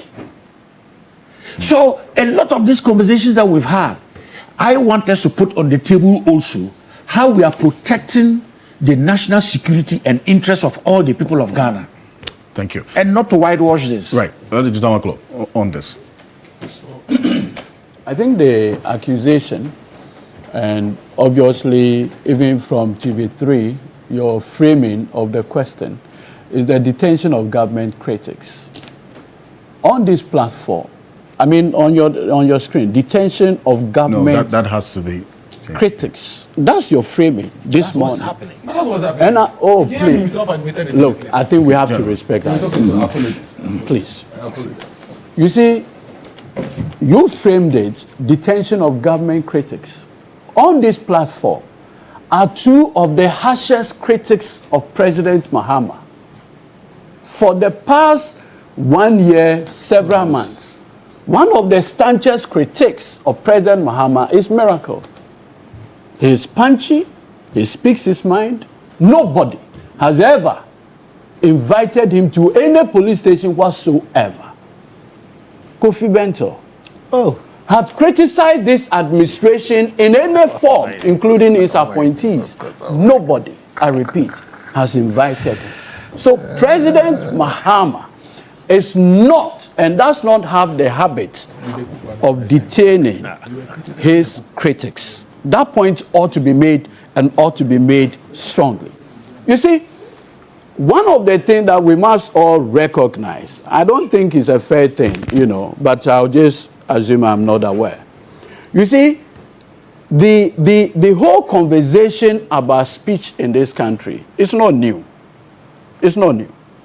I recall vividly, many years in the 1990s, the famous case of the Republic versus Tommy Thompson Books Limited, where the Free Press had published that the First Lady then, may her soul rest in peace, Madame Kunedu, had carried gold and cocaine abroad in the Free Press, if you recall. So the editors were arrested and put before the circuit court. Their lawyer, Nanado Dankwa Akufo-Addo, raised a preliminary legal objection among others that Madame Kunedu is just a first lady and not a public officer. And for that matter, those words could be used against her and is not worthy of any such protection through criminal prosecution. At that time, J. Rawlings was framed as the man who didn't like free speech. And that became one of the reasons why it was said in those days, and when we were growing up, that Nanado Dankwa Akufo-Addo was a fighter for human rights. That record is there. Are we not? What happened when he got the benefits of coming into power in 2001? Under the writing of Nanado Dankwa Akufo-Addo, then Attorney General, what did he do? He said former President Rawlings had decided to be critical of the Kufuor administration. And for that matter, his constitutionally sanctioned courtesies as former President of the Republic will be denied him. Official records written by no other person by then Attorney General Nanado Dankwa Akufo-Addo with his signature. And with your kind permission, I just want to read. Dated September 11, 2003, Ministry of Foreign Affairs. And it reads, my attention has been drawn by the Chief of Protocol, your letter of September 10th, 2003 on this matter. The letter seeks the assistance of this ministry in the procurement of visas for members of the former President, J. Rawlings, staff, as well as extension of appropriate courtesy for his travels. Government is somehow astonished to find, however, that the former president, who uses every occasion of his travels to malign and denigrate publicly his successor as president, so and so, and therefore concluded that we will not offer you courtesy. And today, the people who could deny a former president only because of speech are pontificating right here on this platform that they are the apostles of free speech. Such hypocrisy. Who should entertain it? Even a former president could not even get the benefit under your people, and today you stand here and talk about what? Today, my brother Miracle says all of us are hypocrites. Except me. Except him. I just want us to do a reference. And we go to gbconline.com. Miracles Abuaji slams call for the release of Democracy Hub protesters. Thank you for your holier than thou attitude this morning. Which form of speech is more than the right to demonstrate? At the core of the right to demonstrate is free speech. The two run together. When young people of this country went on demonstration, and the reason for the demonstration is that they found that there were things happening in this country that they were not happy with. Under the name Democracy Hub, Miracle and his people banded them up, took them to Isawan prison, and when calls were made by well-meaning Ghanaians that this individual should be released, Miracle went on Asempa and likened the demonstrators to rapists. That is your record. And you have the temerity to sit on this platform and call people hypocrites. Do you know what has gone on in this country? My point is this simple. See, when we had the opportunity, and I will go back to the Tommy Thompson, the Supreme Court had the occasion at that time, the criminal libel law. The Supreme Court said, and in fact, it is reported in the Ghana Law Report, Republic versus Tommy Thompson Books Limited. That's the Supreme Court of Ghana Law Report, 1996-1997. That's the number 2. The court said those provisions were constitutional provisions, and that nowhere on earth is free press unlimited. This morning we are being told that the freer society is, the more developed is it. Go to China. There's sound reason why China is where it is. There's sound reason why China is where it is. 2, in the United States of America, where the likes of Kofi Bento usually want us to emulate, there are laws on speech. And that is why today in the United States, the Anti-Defamation League, if you dare deny Holocausts, that is a basis for you to be prosecuted. Is Kofi Bento not aware of this? Is he not aware? In the United Kingdom. But you see, do you know where the hypocrisy becomes even more? Do you know where the hypocrisy becomes even more glaring? Nana Addo Dankwa Akufo-Addo, as Attorney General, brought the repeal of the criminal libel law. By 2008, they introduced the electronic communication law and through the back door introduced section 76(1) of 775. It's a 2008 legislation. Kofi Bento has never denied his MPP membership. He has never. But has he stated that he's an MPP? No, I'm coming. Has he ever stated that he's MPP? Oh, no. I mean, association with MPP is not a criminal organization, so defamation won't lie. Yes. But the point I am making is this. When the MPP introduced the repeal of the criminal libel law, by the time they left office in 2008, they then introduced the electronic communication, which we have condemned. I have Please, just condemned it right now. Hold on. Add that. Hold on. You should go they to court to have introduced the Electronic Communication Act 2008, particularly section 76 that you referenced much earlier. That same provision is not different. Yes. From the criminal libel law. The same people. It's unconstitutional. Today you sit here and talk about unconstitutionality. We've had the benefit of 8 years of MPP under Nana Addo Dankwa Akufo-Addo. The constitutionality of that 2008 legislation never came up. You dare not say that today. But you see, there's an interesting thing that I want all of us to appreciate. The Media Foundation for West Africa say that there have been more arrests. What is not in doubt that the Media Foundation for West Africa had to pay and smuggle Manasseh Azuri out of this country under Akufo-Addo. Please, under Akufo-Addo. That is the record. At least today, no journalists have been smuggled out of this jurisdiction. We were in this country, please. We were in this country where tax associated with the MPP walked into the studios of UTV one Saturday. Because according to them, they were attacking Nana Addo Dankwa Akufo-Addo. They were attacking the government of Akufo-Addo. At least so far, we've had a very decent conversation. Harsh critic of the government. Have you seen NDC members walk into your studios to assault people? They won't do that. So that record also to be set. But you see, I find it curious. This morning, Miracle says, oh, how come that Sami Jemfi said so and so, and for that matter, what is so and so? Please. What is, I didn't say that. That Sami at a street protest, yes. And I heard Senior Martin even said that even when they were at Legon, they used to say that about Jerry Rawlings. Yeah. You see, Kofi Bento and Co promoted Occupy Ghana, July 2014. In that July 2014, they assembled young people.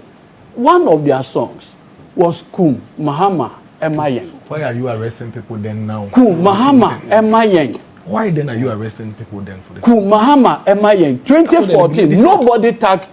In fact, the President himself was willing to go and receive the petition from the same people who wanted him killed. So what changed? Has anybody been arrested? Yes, the lady. Please, you see, the hypocrisy of Miracle on this platform is annoying. Why? It's annoying, brazenly annoying. Calm down. You are the hypocrite here. Why are you arresting the lady now? You are moving in circles. Hold on. I'm trying to resist it. Yes. There's a guy called Fancy Comedy. Talk about the lady. Is it Fancy Comedy? I usually okay. Talk about the lady. Look at the manner in which Dr. Mani Boama and co died. The pain of their death. I cannot for a minute bring myself to the point of doing anything about that death. When those young people did that, Miracle took them to Baumia. That Fancy Comedy guy, when he mocked the death of Omane Boama, you were a hypocrite. That's please, when you arrested him. Why can't you? When you arrested him, you mentioned my name. Because you mentioned my name. So calm down. When you arrested him, see today. Does that amount to arrest? Is it criminal? Is it criminal? When you were talking, are we doing that? Are we having a funeral here? Is it criminal? You mentioned my name like 10 times. Is it criminal? Are we having a funeral here? You are GT. Is it criminal? Calm down. You arrest the guys for simply mocking, and you are telling me that you are telling me simply mocking. You have mocking. Make your point. To say the mocking of the death of Omane is right. You cannot play emotions with me for mocking. That is not a crime. You can't play emotions with me. When you were making when you sat on TV and said that the Kufadi should have died in the crash, he didn't come in. You didn't condemn him. Hypocrite. That is what you are. I knew I'll get on your point. Yes. I knew. I was very clear. That is what you are. Then, I knew I'll get you. You welcome me. I'm right here with you. I am right here with you. What is the crime in the crime? What is the crime? You see. What this is you are moving in circles. When the Fancy Comedy guy, Miracle, took him to Baumia. Baumia gave him a red carpet treatment at home. He didn't deserve to be arrested. The people who mocked to be arrested. The painful death of Omani and co. Emotions. It's not law. Dr. Mahmoud Baumia gave them a red carpet treatment at home. Don't arrest citizens. And you today you sit on this platform to say the substantive matter. Nothing. You see, there's a young man in this country. He gets so annoying. Bongo Ideas. You know him? I've not personally, but I've followed his. Bongo Ideas had written something about the First Lady, Rebecca Akufo-Addo. He was kidnapped by national security operatives in this country under the watch of Nana Addo Dankwa Akufo-Addo and Dr. Mahmoud Baumia. So why are you not condemning this? Why are you justifying today this? As we speak? You understand what I'm saying? See, you condemned it. Why are you justifying when this? the young man called Ohiniba Beni sat on TV and said Nana Addo Dankwa Akufo-Addo had mercy Supreme Court judges. It was the Attorney General who brought contempt proceedings against him under the watch of Nana Addo Dankwa Akufo-Addo. Eventually, Ohiniba Beni was convicted by the court 14 days in Nsawan prison. You condemned it. Why are you doing the same thing? It didn't end there. There's a journalist called Bobie Ansah. Bobie, on one of his shows, said the former Second Lady, Samira Baumia, is developing a property at Cantonment or Labone, among others. The chairman of the police council, Dr. Mahmoud Baumia, got him arrested by the police. How do you make such an allegation against Dr. Baumia? Allegation. Why in the proceeding do you say that Baumia was the vice president? What are you even doing to yourself?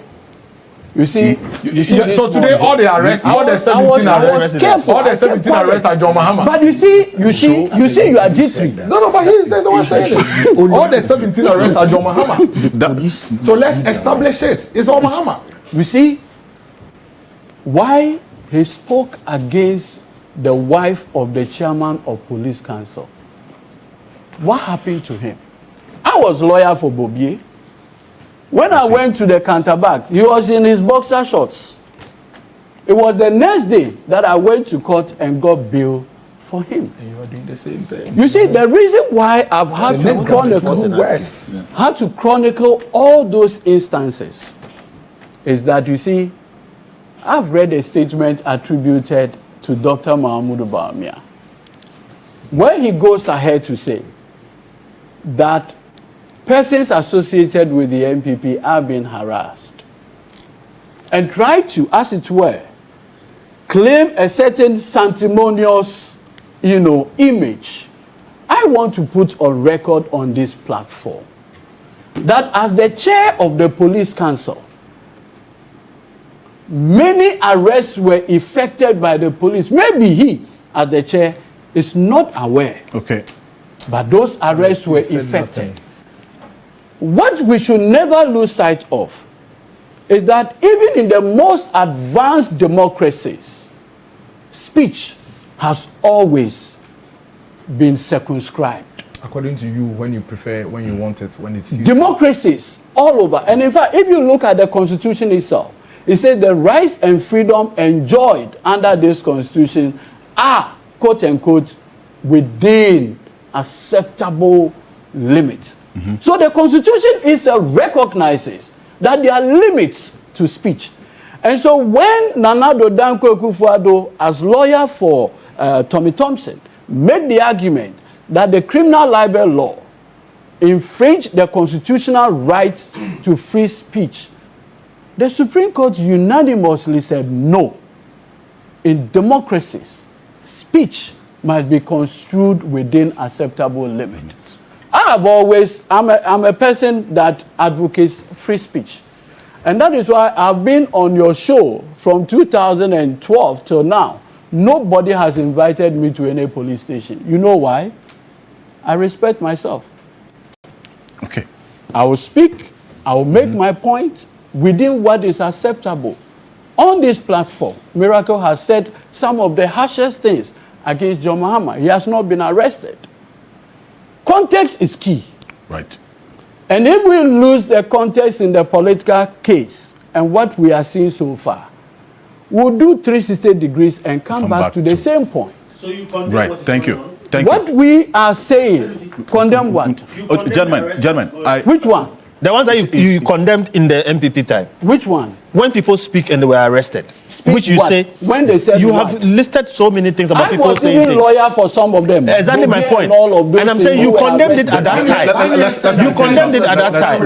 Gentlemen. So do you condemn it now? Hold on. Let's maintain the same thing. In fact, Banias is worse. But so do you condemn it now? I'll give them. I'm even saying that you. Banias said that 7 judges were conspiring with the president. At least I'm not on record. Please, let me conclude. I am saying that. Let me conclude. At least you give. Let me conclude on this. The point I want to make is that you condemn. I am not on record as saying that somebody should not be released. I have just read Miracle, where he likened protesters, Democracy Hub protesters, to rapists, and said, if you are calling for the release of Democracy Hub protesters, why are we not calling for the release of rapists and armed robbers? I don't think the conversation has been elevated. I'll give you the last word on this. You are hypocrite. If you are not to condemn this guy, you are a lawyer for. That's why hypocrite. No, your microphones are off. Dr. Asante, I want to hear Dr. Asante. Your microphones are off. Your microphones are off. You cannot. No. I will. Hold on. Dr. Asante, you will still have your 30 seconds. Dr. Asante hasn't spoken. Dr. Asante, yes. Dr. Asante hasn't spoken. And you are all not being heard. You are not being heard. You are not being heard. I will. Let me just reference some, and then you can. I will not. How? Which is what? There was, you see, there are distinctions. When you threaten somebody directly harm, it's different from when you say, oh, I'm making a question of free speech. Okay. So Thank that you. when you say, I would harm you, then it's two distinct. One you can remedy possibly through a civil process. Right. But threat of harm, how do you remedy it through a civil process? Thank you. Dr. Sasati, let me hear you. Yeah, Alfred. Well, I'm done with you. Thank you for the opportunity. Today, you people have taken me to a lot of media education and political education. Right. But let's go straight away. Democracy, as we all want to safeguard in this country, has tenets. And one of its tenets is rule of law. Another is an independent and a free media, by extension, free speech. All right? If you want to support democracy all the time, you must guard jealously against the tenets. When you allow them to slip through your fingers, democracy is gone. You become a banana republic and an authoritarian regime. But let us also know that I, as a journalist and as a political scientist, I am in love with free speech because they shape the discourse within the democratic space and they embolden people to come up with their best to support society. But there is no speech without limits. In other words, no right. There's no right without limits. Because too much freedom is a danger to an individual who enjoys it. Too much freedom. And that's why there's a limitation on what we do, what we say, our behavior. If you look at it and you want to understand the law, the lawyers will just permit me. My understanding of the law is that a law is a useful instrument to regulate human conduct. Because we know from the word go that human beings have certain negatives.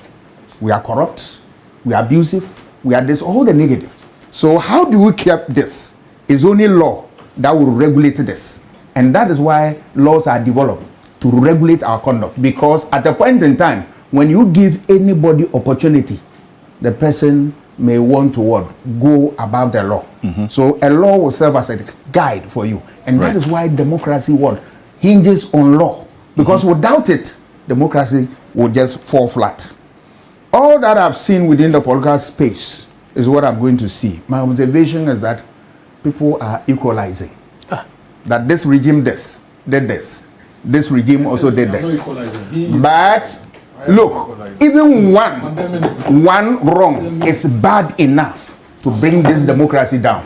So equalization is not an issue that we have to glorify at all. Because one enough can collapse this country. If there is a threat, if there are certain hate speech that my senior brother also alluded to in Rwanda and all that, if we allow that, at the end of the day, we'll find ourselves at the wrong side of the political space. And that is why a law is there to regulate our conduct. So the equalization will not help anybody. At all. All right?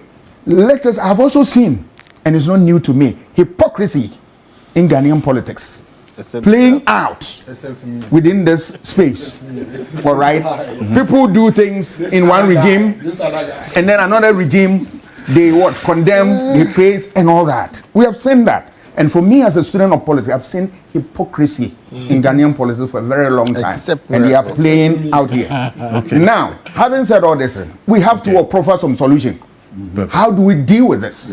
One, the issue is that if there are bad laws, human beings make them, amend them to reflect the changing circumstances of our time. Or repeal. Or repeat them. All right? Because bad laws are bad laws. Section of them, if they are not good, why do you want to maintain them? Right. Two, I have also seen that socialization has broken down in this country. Socialization, to some extent. That how we inculcate values in people from home, schools, public places, and all that. that you don't insult people, you don't do this, you don't do that, right? It's broken down. So now we have hit a certain level that we expect our children, our people to behave in a certain fashion, but we can't find it because the socialization, the inculcation of values that will make people fit for purpose in society, missing. We have to go back. I have also seen that we need to arm and support NCCE to be able to carry out education on some of these laws. Some people may jump onto the media space, TikTok and whatever platforms, and ignorantly making certain statements without knowing that there are laws that are going to regulate their conduct. As soon as they fall foul of the law, then you see them, they are hot. We need continuous education so that people will be up to speed with the laws on the land. Not only that, political parties have a duty to educate their followers, their members, about the rules of the game. Right? Yes, you can criticize. The lawyers will tell you, criticisms are nothing but the oils that grease the wheels of governance. Absolutely. Without it, it grinds to a halt. But they are what? Guided by law. If you miss that point, I'm afraid you are not in the realm of politics, but you are in the realm of something else.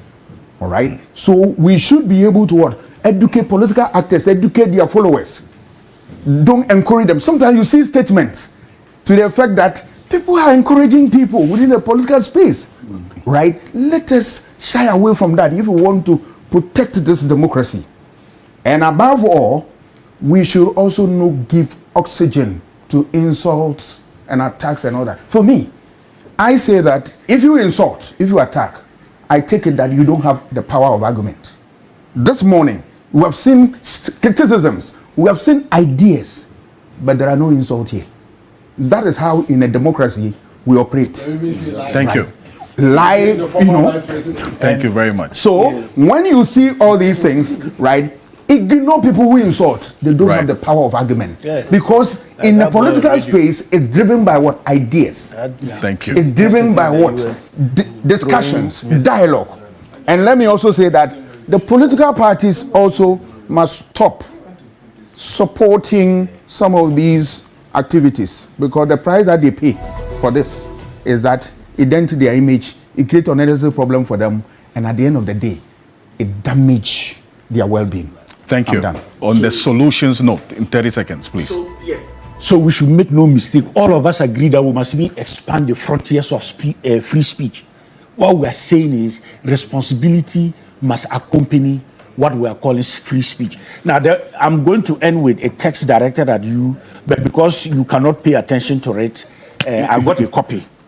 Alfred, let everyone know that over here in the UK, Europe, and America, and elsewhere, if you switch on a camera to say you will kill someone, anyone, including any public figure, and this finds its way onto social media platforms, the police would visit you. Satire is not to wish death of anyone. And then you said I should end. Thank you very much. Now, Dr. Asah-Asante, no, gentlemen, hold on. Now, I know, thank you. I have to go for a quick break. I have to go for a break. Dr. Kwame Asah-Asante, gentlemen, your microphones are off. Dr. Kwame Asah-Asante is going to take leave of us. Please, gentlemen, you are not being heard. Thank you very much. Dr. Kwame Asah-Asante, thank you so much for coming. Truly appreciate this. And we were hoping that Dr. Papa Kusindum was going to be joining us for the GN Bank conversation, but unfortunately we couldn't get through to him. Joe Jackson is going to be taking his seat now on this particular issue. Stay with us. We will be back shortly after this quick break here on The Key Point. We'll be back shortly.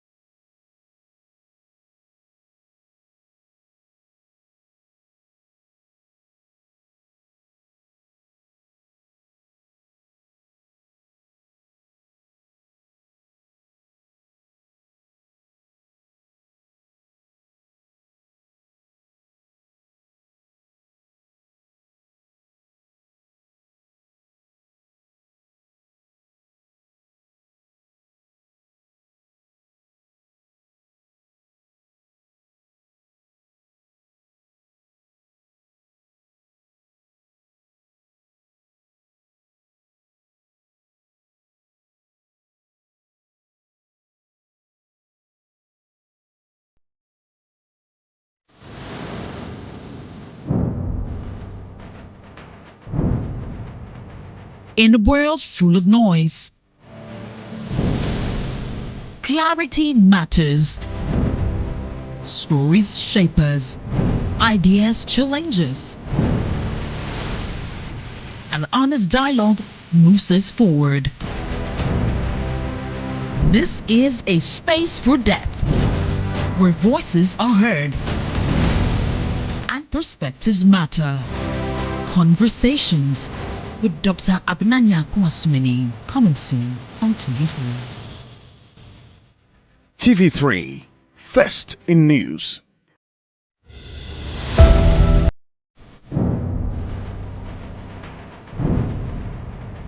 In a world full of noise, clarity matters. Stories shape us, ideas challenge us, and honest dialogue moves us forward. This is a space for depth, where voices are heard and perspectives matter. Conversations with Dr. Abinanya Kwasmini, coming soon on TV3. TV3. Disciplined parental control helps you manage what your kids can watch. Open settings and select parental control. Enable the feature and create a 4-digit PIN. Choose the maximum content rating you're comfortable with. Any content above this rating will require the PIN. Restricted titles appear locked across the app. Trying to play restricted content prompts for the PIN. Correct entry unlocks access for that session. Multiple incorrect attempts can temporarily lock access. Parental control on Adisa Plus. Available now. Adisa Plus. Safe.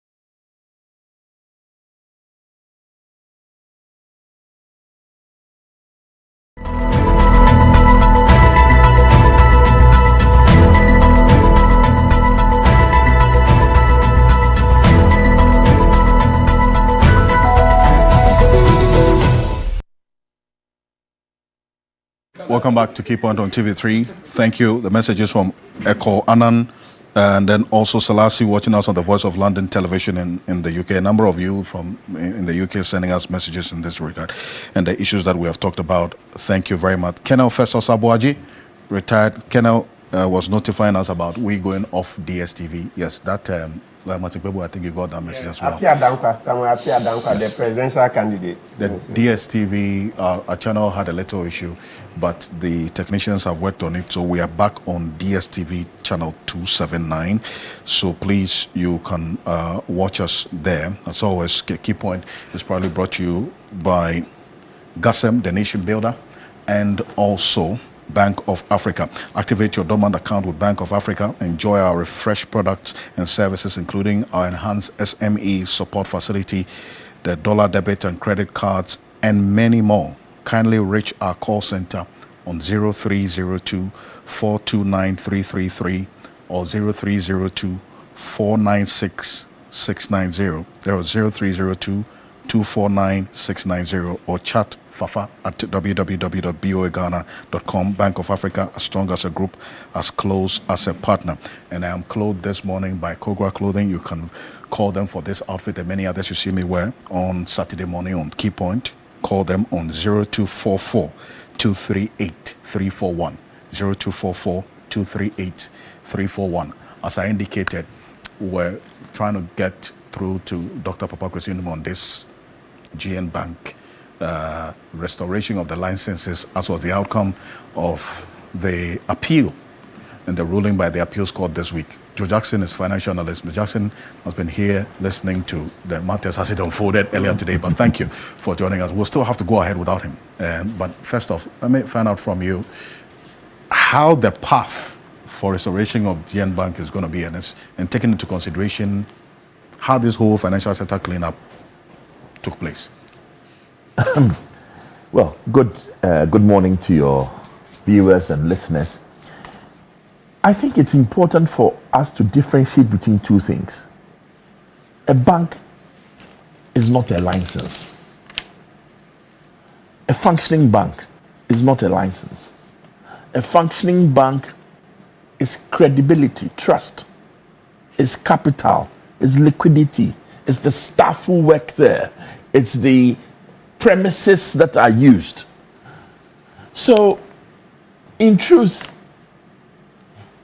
what has happened is that a license has been restored, but the bank has not been resurrected. And what you have is some form of legal opinion. If you are kind, you call it vindication. If you are unkind, you could give it all other names. But whatever it is, a license has been restored. That license alone does not create a financial institution. That license almost literally is a piece of paper. You still have to be in compliance. You still have to fulfill the Bank of Ghana rules. You still have to get the public to trust you. Because one big issue we have is that it's been 7 years. 7 years where this institution was not functioning.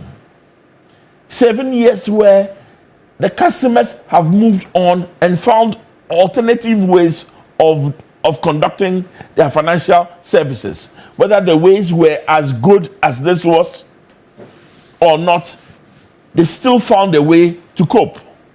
It's been 7 years where staff have been out of their employment. 7 years where subcontractors have not received their money. 7 years where some depositors still have money sitting. 7 years where people who rented premises to the bank have moved on. So it's a tough one. Resurrecting this institution is a tough one. It may be far tougher, far more difficult than getting the court to restore the license, however difficult that one was. I see. So in a lot of ways, one wonders, so what happens to the people who had money in the institution?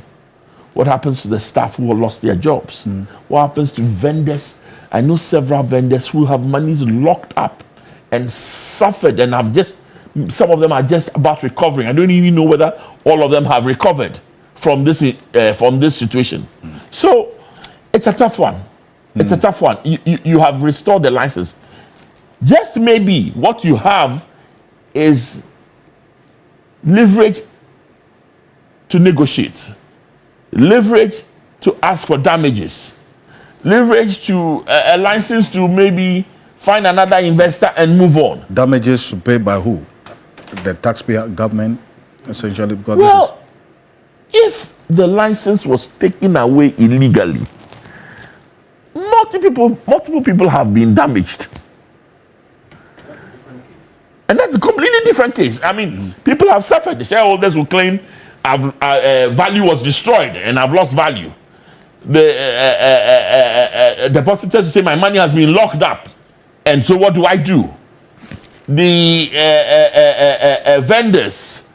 Listen, there's no nice way to describe it. And that's also why, as a public, when you take funds from the public, you are regulated, because when anything goes wrong, the ripple effect of it's not just mismanagement or bad governance or a political action. It is a serious business. So this matter, indeed, far from ending, it's just about to start.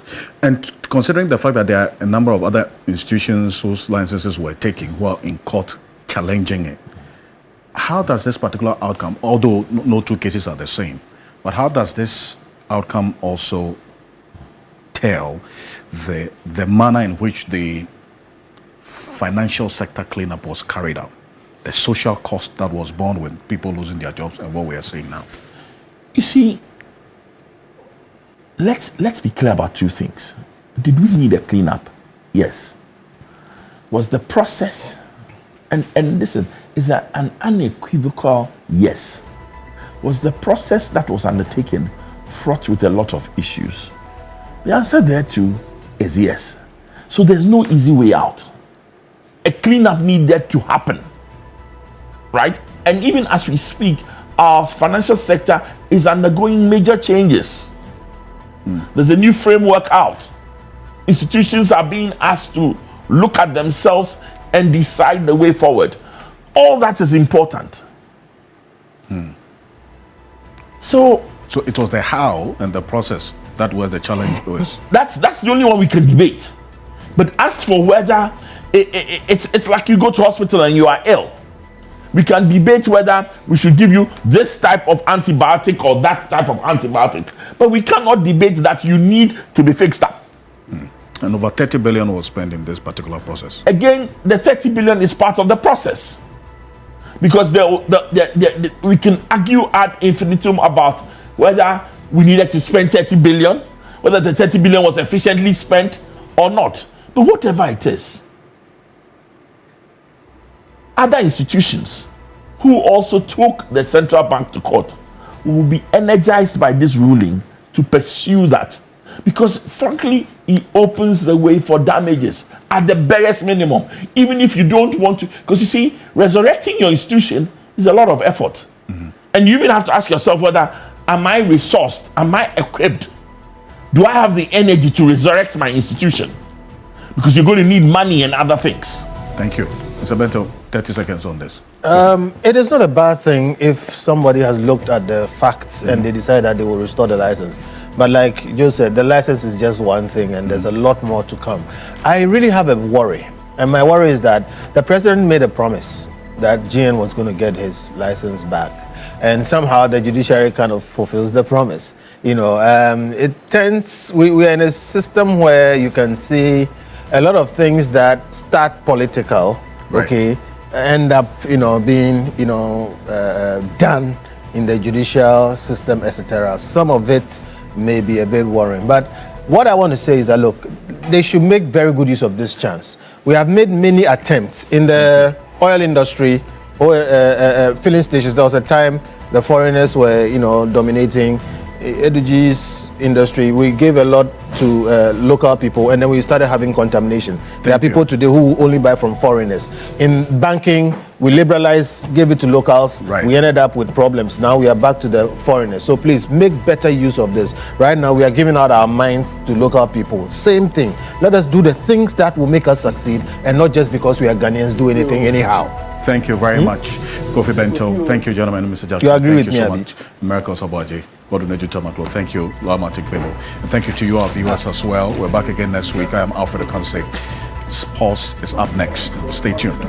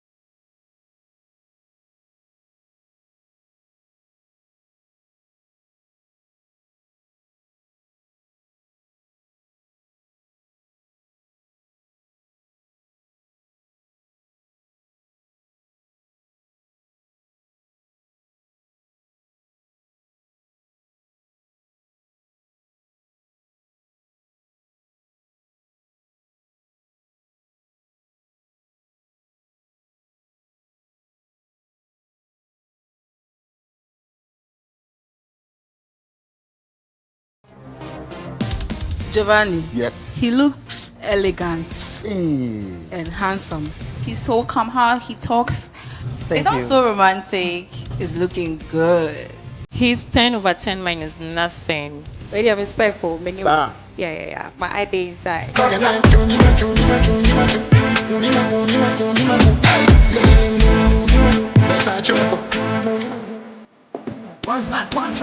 Don't mind them. Alright.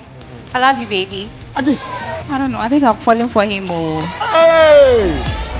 Date Rush shows every Sunday at 8 p.m. on TV3. Brought to you by Enapa Foods, Heaven Insecticide Spray and Coil. Obuasi Bitters, Numna Wumwankasa. Gold Board Jewelry, My Life Insurance, Republic Bank, Lady Fort, Jojo Carbonated Vodka Mix.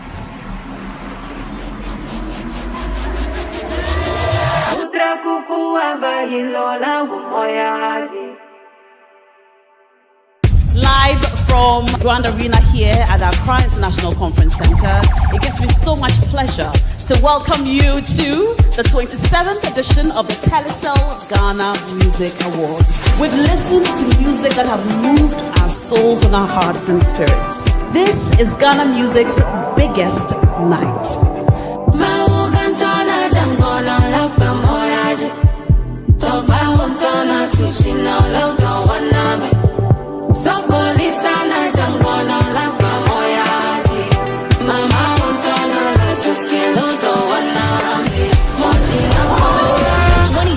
Telecel Ghana Music Awards. Artist of the Year. TGMA rerun this Saturday at 9 p.m. on TV3.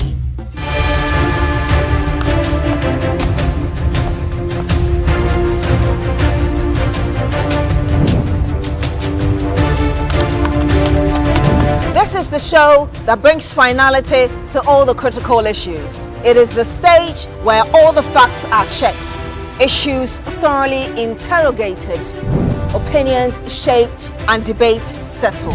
But over here, we do more than just talk. We resolve problems. We hold those in power accountable. We address all the key happenings in society, from politics to health to education to everything you deem important. And we will center the voice of the ordinary Ghanaian. This is the show that sets the agenda.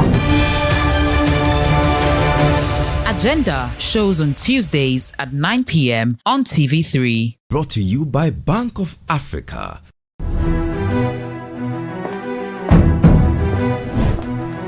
You've earned your degree, but the real work begins now. Everything is earned.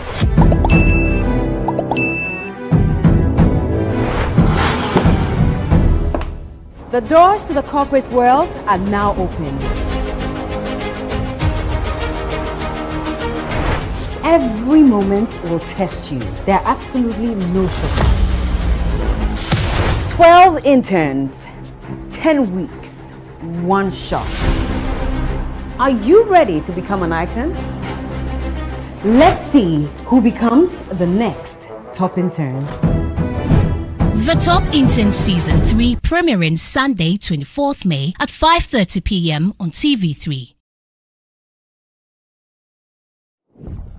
Game on. Confirm your participation. Place bets on sport. Get a free bets and weekly cashback. Take part in the prize drawings. Use promo code to get welcome bonus.